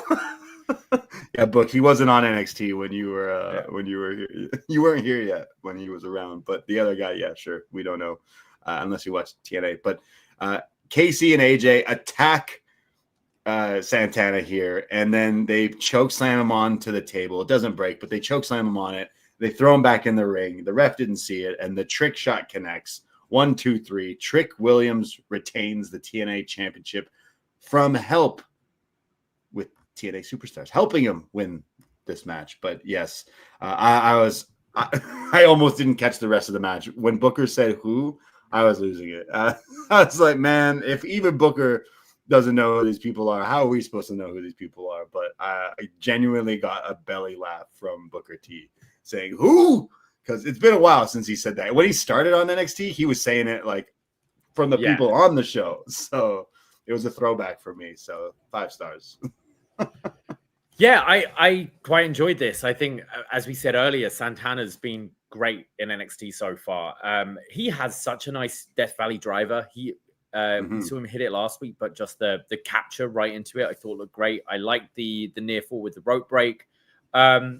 We assumed that there'd be shenanigans because it's way too early for Trick to drop this title, and now you can extend this feud with Santana chasing after Trick. But I think Trick's improved. I think his matches recently I've enjoyed more than I normally do, and maybe that's because he's a heel now. He seems to have like added a few more things to his arsenal. But I enjoyed like this match, and I didn't mind the Joe Hendry match on like a Trick scale. I thought it was one of his better matches. But yeah, I was entertained by this main event. I thought it was pretty good. Yeah. Match of the night for me, for sure. Santana, like, he is wrestling like this is the biggest deal for him. He finally got to wrestle on a WWE program. He was doing it the most. Like, he was showing why he belongs to be on TV. Like, I thought he really shined. And one of the better Trick matches, honestly, one of the better Trick matches for me. It was really fun. It gets a little muddy with, hey, everybody, look, it's Evolve wrestlers. Do you know who they are? You might. I don't know if you don't, but you should watch their show. Hey, everybody, it's TNA wrestlers. You don't know who they are? Well, you could. It's a little too much of that. A lot of that I'm like, man, who the fuck are these people? I'm sorry. I don't want to watch all these shows. And it's a little taking it out for me where I'm like, I'm sure these people are great, but like this show lately feels like just throwing shit at a wall and seeing what sticks half the time with all these kinds of things. So I don't hate these people or really know too much about them, but I almost like when I watched AEW and you get those people who would be like, oh, who are these people? Like sometimes you do feel that way, even on AEW, where it's like, oh, I don't know who these people are. I think there's really trying to tell you who they are, but I go into this show with an expectation though of like it's developmental. It should be shit thrown against the wall. I enjoy these episodes when you've just got random people showing up more than just the regular plodding storytelling. So much of that though. Yeah, like, but so for me, much of it. For me, it gave it like a great energy. I really enjoyed this episode because of those things. I get it. I don't think you can necessarily do this on like a Raw or a SmackDown, but I think this is the show to do it. I think a lot of people that are watching this show are the kind of people who would be watching other stuff outside of WWE as well. They're going to be more of aware of your Mariah Mays or your Santanas, or maybe even if they're completists as well who have been watching Evolve. So I quite like it. I think this is the show. This is the WWE show to kind of do the weird shit like that and just have random crossovers and things. Totally get that. But it felt like every segment tonight was like, okay, look, here's Aerostar and Octagon Jr. and the Iguana guy. Hey, do you know who AJ Francis and Casey Navarro, sorry? Like all these, like it's just so much of it. Even the women's summit thing with JC, like you have our established women's roster, the best women's roster in the world that they keep repeating. And then the first person to interrupt in the crowd is this Evolve person. I'm like, okay, so we're doing like it felt like almost every segment in this show. And we got to move with new people, of course, but just this show, I guess with the whole Worlds Collide thing was a real serious thing they were really aiming for to say like, hey, look, we have all these different pieces from all these different parts and everything. But at the end of the day, it's top dollar. And like, I'm like, okay. I will say though, I enjoyed this show. I didn't mind that stuff. I get why it might put others off. It doesn't for me. I will say though, as a go home show for Worlds Collide, I don't think it was effective for that. Like you've built up that one match, that North American title match. You didn't have like I know Vaquez moved up, but you didn't have any build to that women's tag match. You had Iguana and Aerostar and that in the crowd, but you could have maybe cut back a couple of segments and had features about these things, subtitled stuff to really actually sell what some of these matches are. Yeah, it's a dream match kind of card where you don't necessarily need story going into it, but I thought maybe it didn't do as well as it could as a go-home show for Worlds Collide. But as a standalone show, I had a lot of fun tonight. You know what? There was some stuff I liked on this show. I did like the main event, Santana and Trick. It was a lot of fun, even with the interference and everything. Like, it's totally fine. I imagined he was retaining anyways, right? Like, this furthers the TNA storyline. And I think ultimately having Santana on NXT more will help Santana, and having Trick on TNA more will help Trick. So it already has, I guess. But there was some good stuff. I think the round stuff was pretty fun. Myles and Charlie, the two characters. The 8-man was good. Yeah, like there was still some good stuff, and you're right. It didn't necessarily send you like, oh, I gotta watch Worlds Collide, because they kind of almost didn't necessarily like. They're telling you what's on it, but it does feel a bit of a like smorgasbord of like, this is all random stuff, like Chad Gable versus Vikingo, who's just in the crowd. Like, you didn't even really tell us who he is.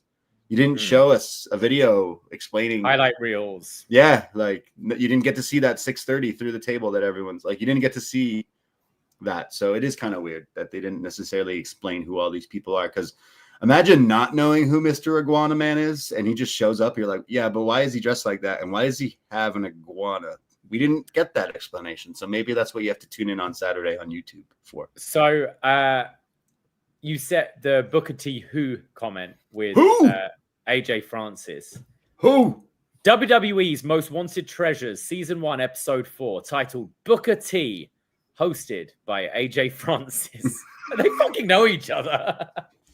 Who? He's just not that memorable. Yeah. I guess. Yeah. Maybe it was to Casey Navarro, which that's fair.